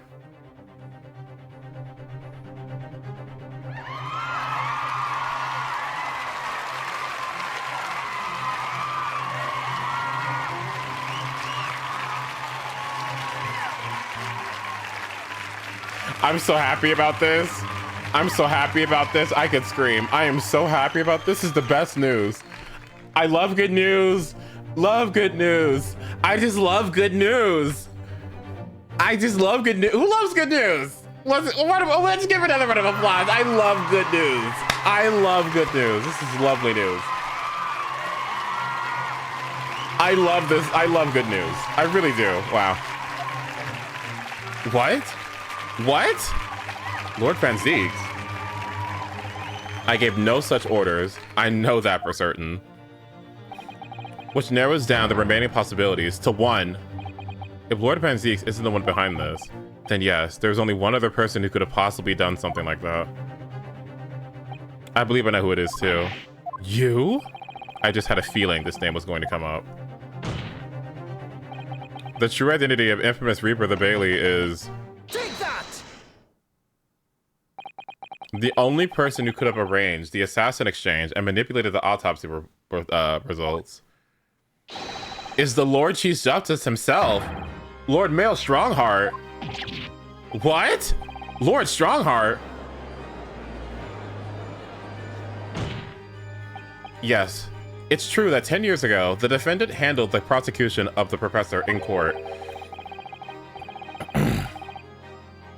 But he only took over the case after his brother, Lord Van Zieks, had been killed.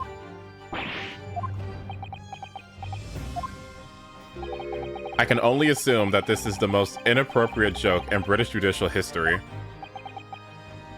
Well, Lord Van Zieks, 10 years ago, I was very new to my profession, but I had a burning desire to avenge my brother's death, so I pleaded for control of the case. The investigation to that point, the supplication of the lords to allow my brother's corpse to be examined, all the evidence I was given, the autopsy reports, it all came from you. I've spent my life since then believing I was in your debt for the way you stood aside and let me handle that trial, but I see now. I was very much mistaken. It was a hugely influential force that caused the inspector and the coroner to break the law 10 years ago, and that same force was still felt a decade later on the other side of the world by Shishiro Jigoku. Lord Strongheart, everything falls into place when we recognize that you are the Reaper of the Bailey.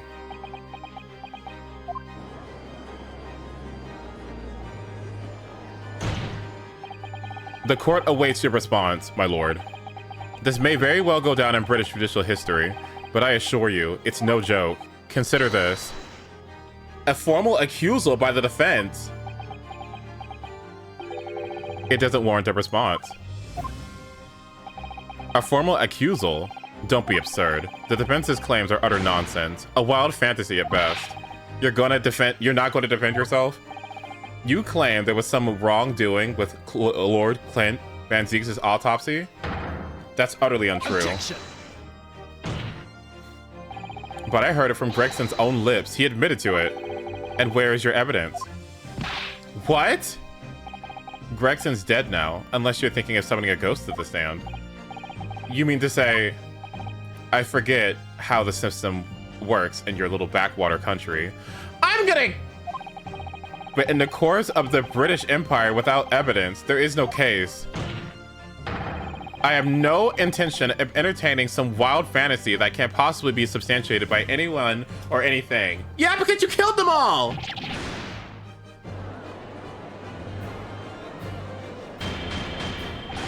Order in the court. Following Inspector Gregson's murder, and in light of Wilson's death as well, there is really no one left who could testify about the events of 10 years ago, is there? So that was the real purpose of the assassin exchange. This court has no business racking over the coals of a case that was concluded a decade ago. The accusal brought by the prosecution and the defense is categorically denied. I take it there are no objections.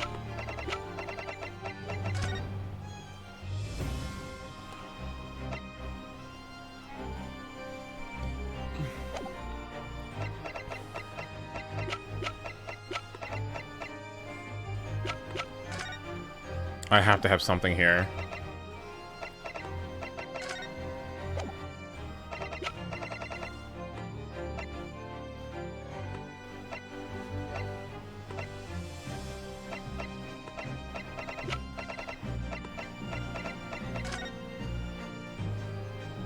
I have to have something that implicates him. The only other thing I can think about is this watch.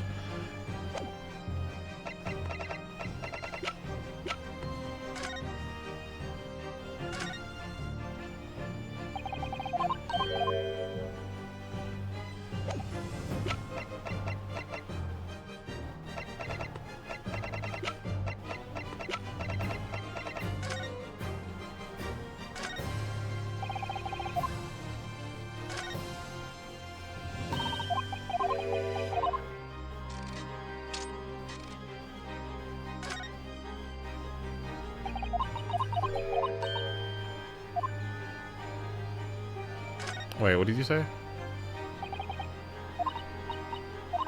Right. Is there anything else I can think of?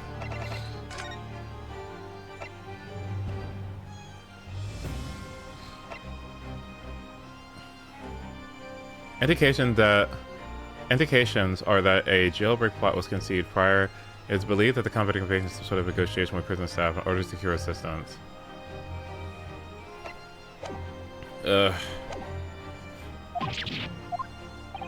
Kazuma.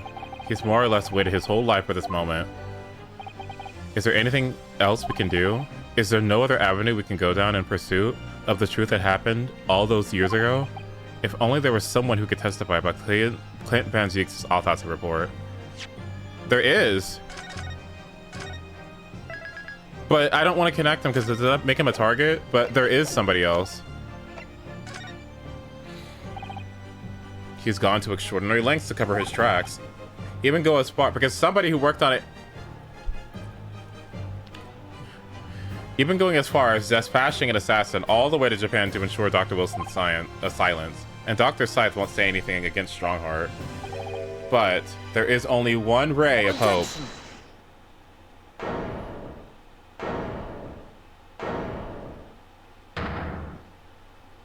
Actually, there is one person who could still testify about that autopsy. Don't be ridiculous. There's no one left. Who, Ryunosuke? Who? Tell me. Kazuma, please, this trial can't end. Not yet. I'm not doing this for you. I'm doing it for the truth.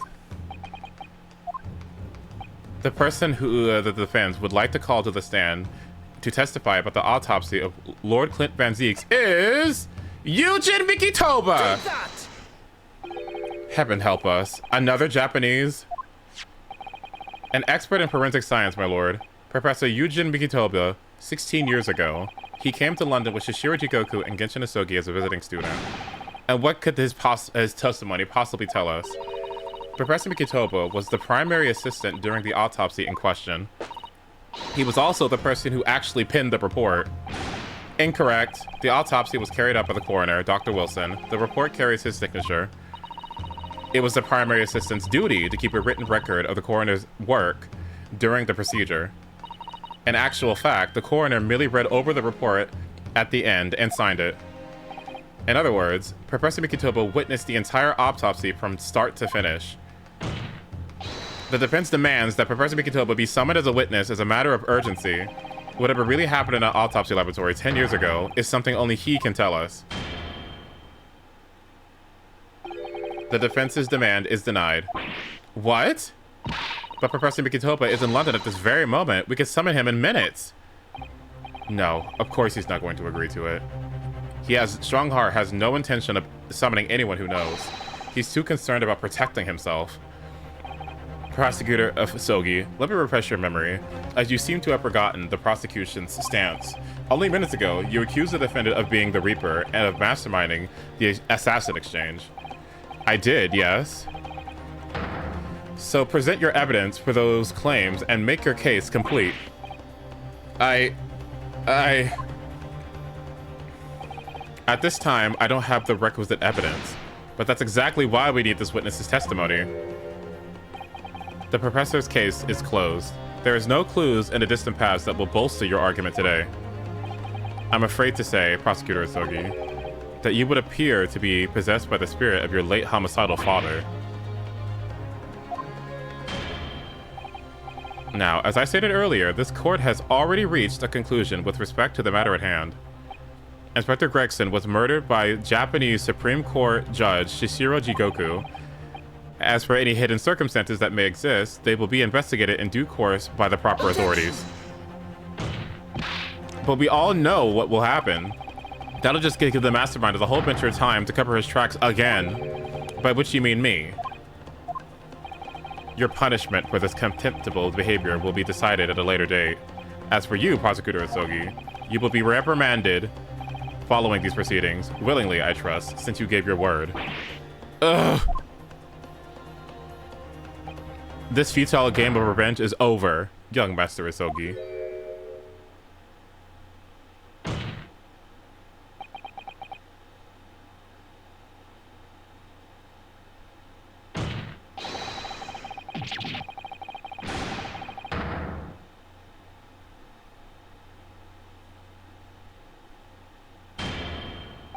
That will be all. I hereby declare that... Please be the old judge. Please be the old judge. Please be the old judge. Sholmes! Mr. Sholmes!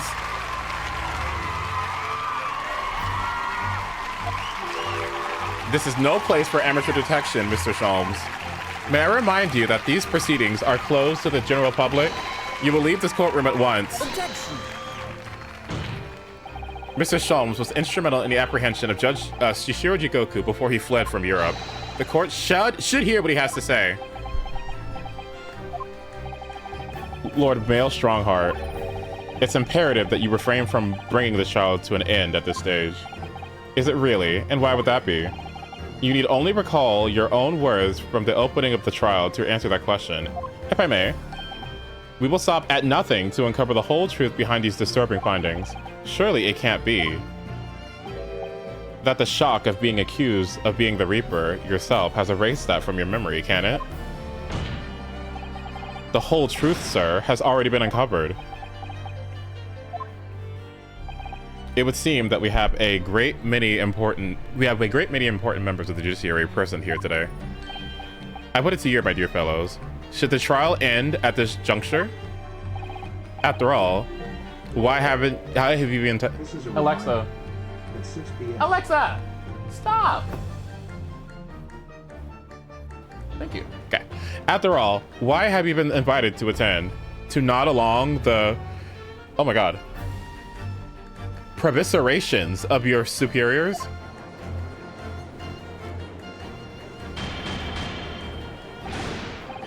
Order in the court. It seems to me that we stand before a door that leads to a new era of legal practices, a door that is ajar.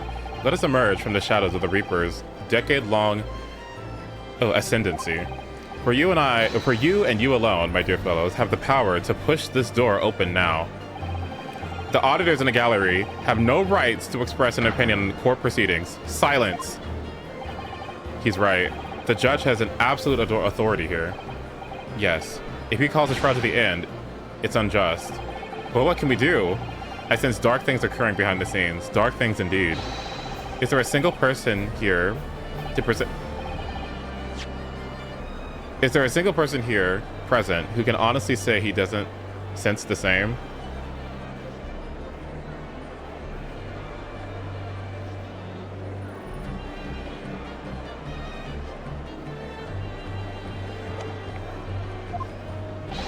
The trial should go on. Summon the witness. That's right. We need to clear this up before that young Japanese fellow remains in custody.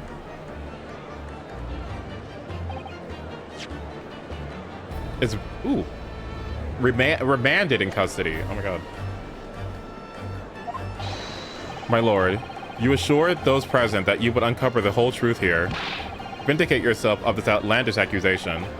The truth, the whole truth, and nothing but the truth. That's the very foundation of British law. A toast to my dependable colleagues in the gallery. On with the trial, on with the trial. Testify, testify, testify. Well, my lord, you hear the voices of the British justice, I take it. I think you'll find it rather awkward to silence.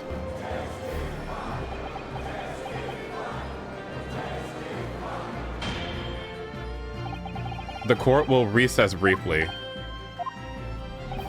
I have no intention of shrinking from these allegations. Bailiff, arrange for the subpoena of the witness at once. As soon as the gentleman arrives at the courthouse, we shall reconvene. A recess won't be necessary, my lord. Pardon? Mikitopa is a close friend of mine. He accompanied me today and is waiting at the antechamber as we speak. I do believe he's been enjoying a little trip down memory lane, in fact. What? Professor Mikitopa is here in this courthouse? Mr. Sholmes, you didn't know this would happen, did you?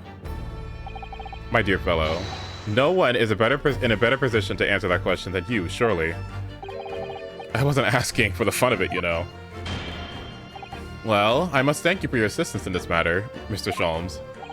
However, you are of no further use here. Kindly leave the courtroom at once.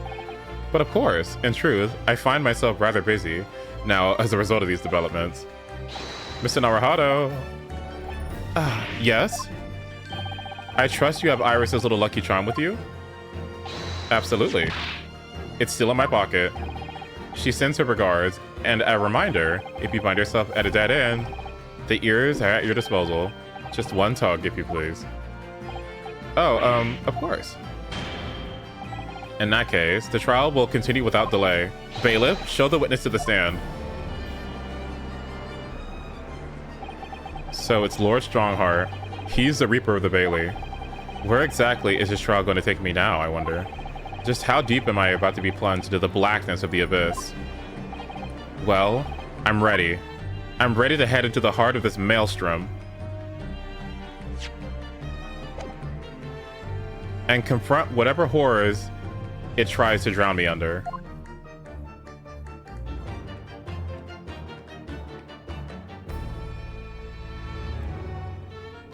We've been streaming for 10 hours.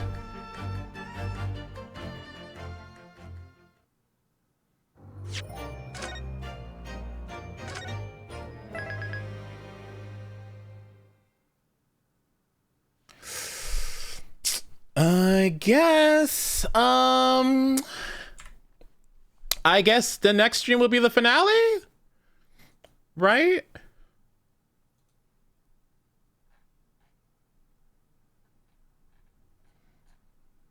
Oh my god. Oh, that's so sad.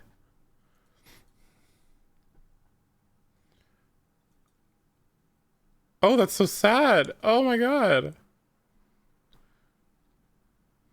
Is there that much left? Well, I don't know, but I guess it just means that we're going to be playing Resident Evil this week.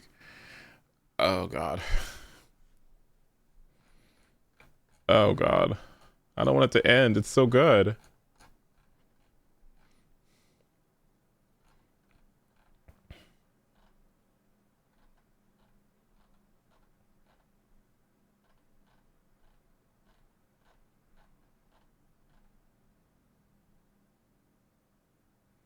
I do have investigations too. You're so right.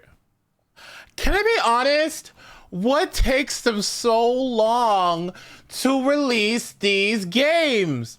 Why do we get a million Mario games? Why do we get a million Battlefield and Call of Duties and just like, why? Why does everyone else get a bunch of games except us? Ugh. Where are the games?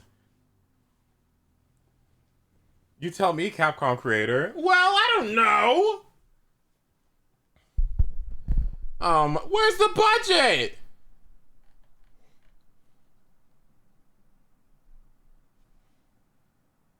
We don't even know if we're working. I know, we don't know. Where's my Athena game? Where's my Mood Matrix? With more than just like 4 stupid emotions. I don't even know why that's... You know what I saw, actually? Want to see something cool I found? Yeah, you do. 1 second.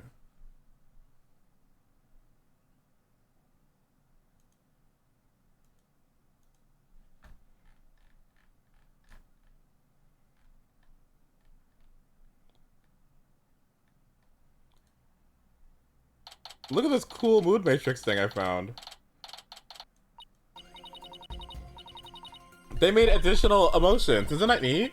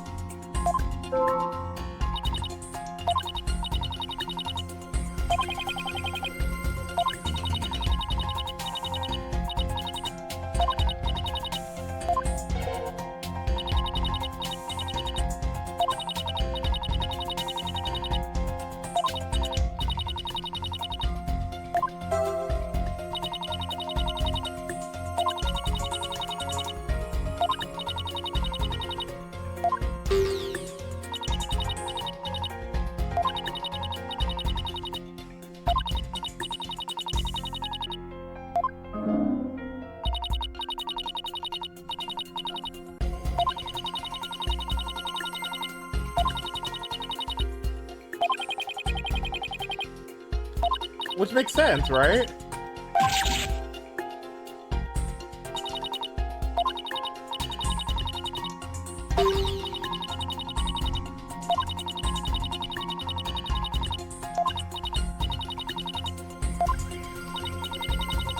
But isn't that neat? Like, expanding the emotional range of this kind of thing. That's super duper cool. I guess now that I think about it, it is kind of nice to play an Ace Attorney game where there's no like gimmicks, right? Because I guess I mean, it's fun, right? But I guess if we think about it, Psyche-Locks, Mood Matrix, I think is fine. What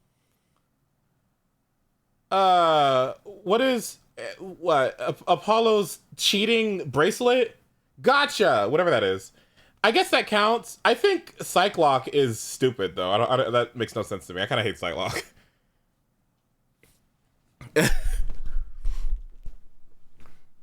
Yeah. Like I like that investigations and TGAA are just basically just logic, right? Or like, excuse me. I love that Edgeworth's gimmick is logic. Like what? Were Psyche-Locks in the first game? I forgot. They were, right? Yeah. I think 3DS games having the case conclusion thing or... Oh my god, the fucking Synapse thing?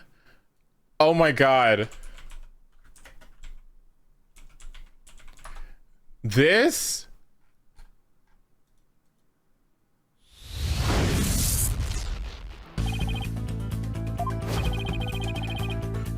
Like...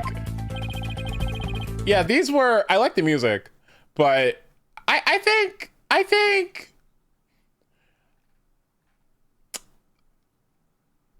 I don't know. It's too free. You know, it's too free. It's the climax of the case, right? And then you like...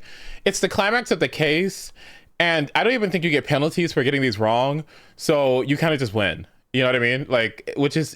And I get it, like, it's supposed to be, like, dramatic, but, like, there's no, like... There's no, like, you could get it wrong. It's fine. Like, what it would have been cool here is if you got it wrong, you fail the case. That would be good. Right?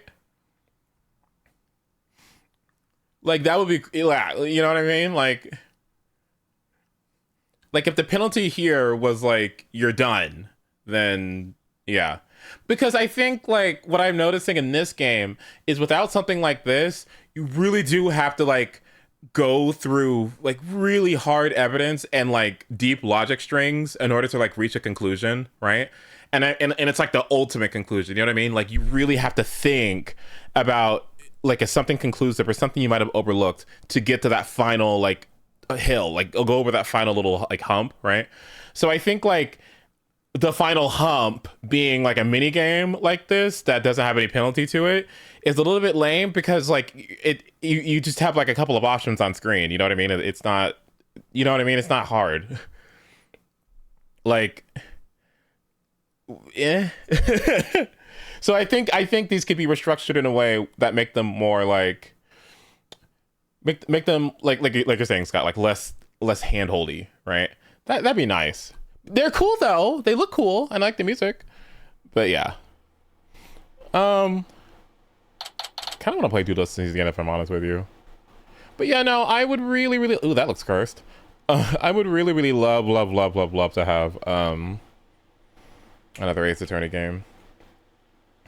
And I'm curious as to why they just don't, I don't know. I think they're just being here for like 5 minutes. What? And if they were to do like a new gimmick of some kind, I think Mood Matrix and whatever the bracelet thing is cool. Obviously Logic is cool. What else could you do? I feel like there's something you can maybe do with like sound, maybe, or more like Emma Sykes, like, I don't know, dusting for fingerprints or something. But that's I'm trying to think, what other gimmicks could you use in the courtroom? I don't know. Anyway, I should probably like stop. I'm not tired or anything, and you're not tired, but it is a 10-hour stream. So what do you want me to do? Like, I do want to keep going, but I probably should go tomorrow. I might even stream later. Honestly, it depends. So I guess I'll let you go at 6 p.m. I'm glad you were here. The next stream will be the last one, and then after we finish Ace Attorney, I guess we'll just do whatever, and then stream Resident Evil this week. I have bad news. That'll be fun. Okay, I'm gonna go. Have a great rest of your day, and if I stream later on, then I'll see you then, okay? Alright, in the meantime, I'm gonna watch, Ashbel, Zero Cycle, Xander, and, wait, what was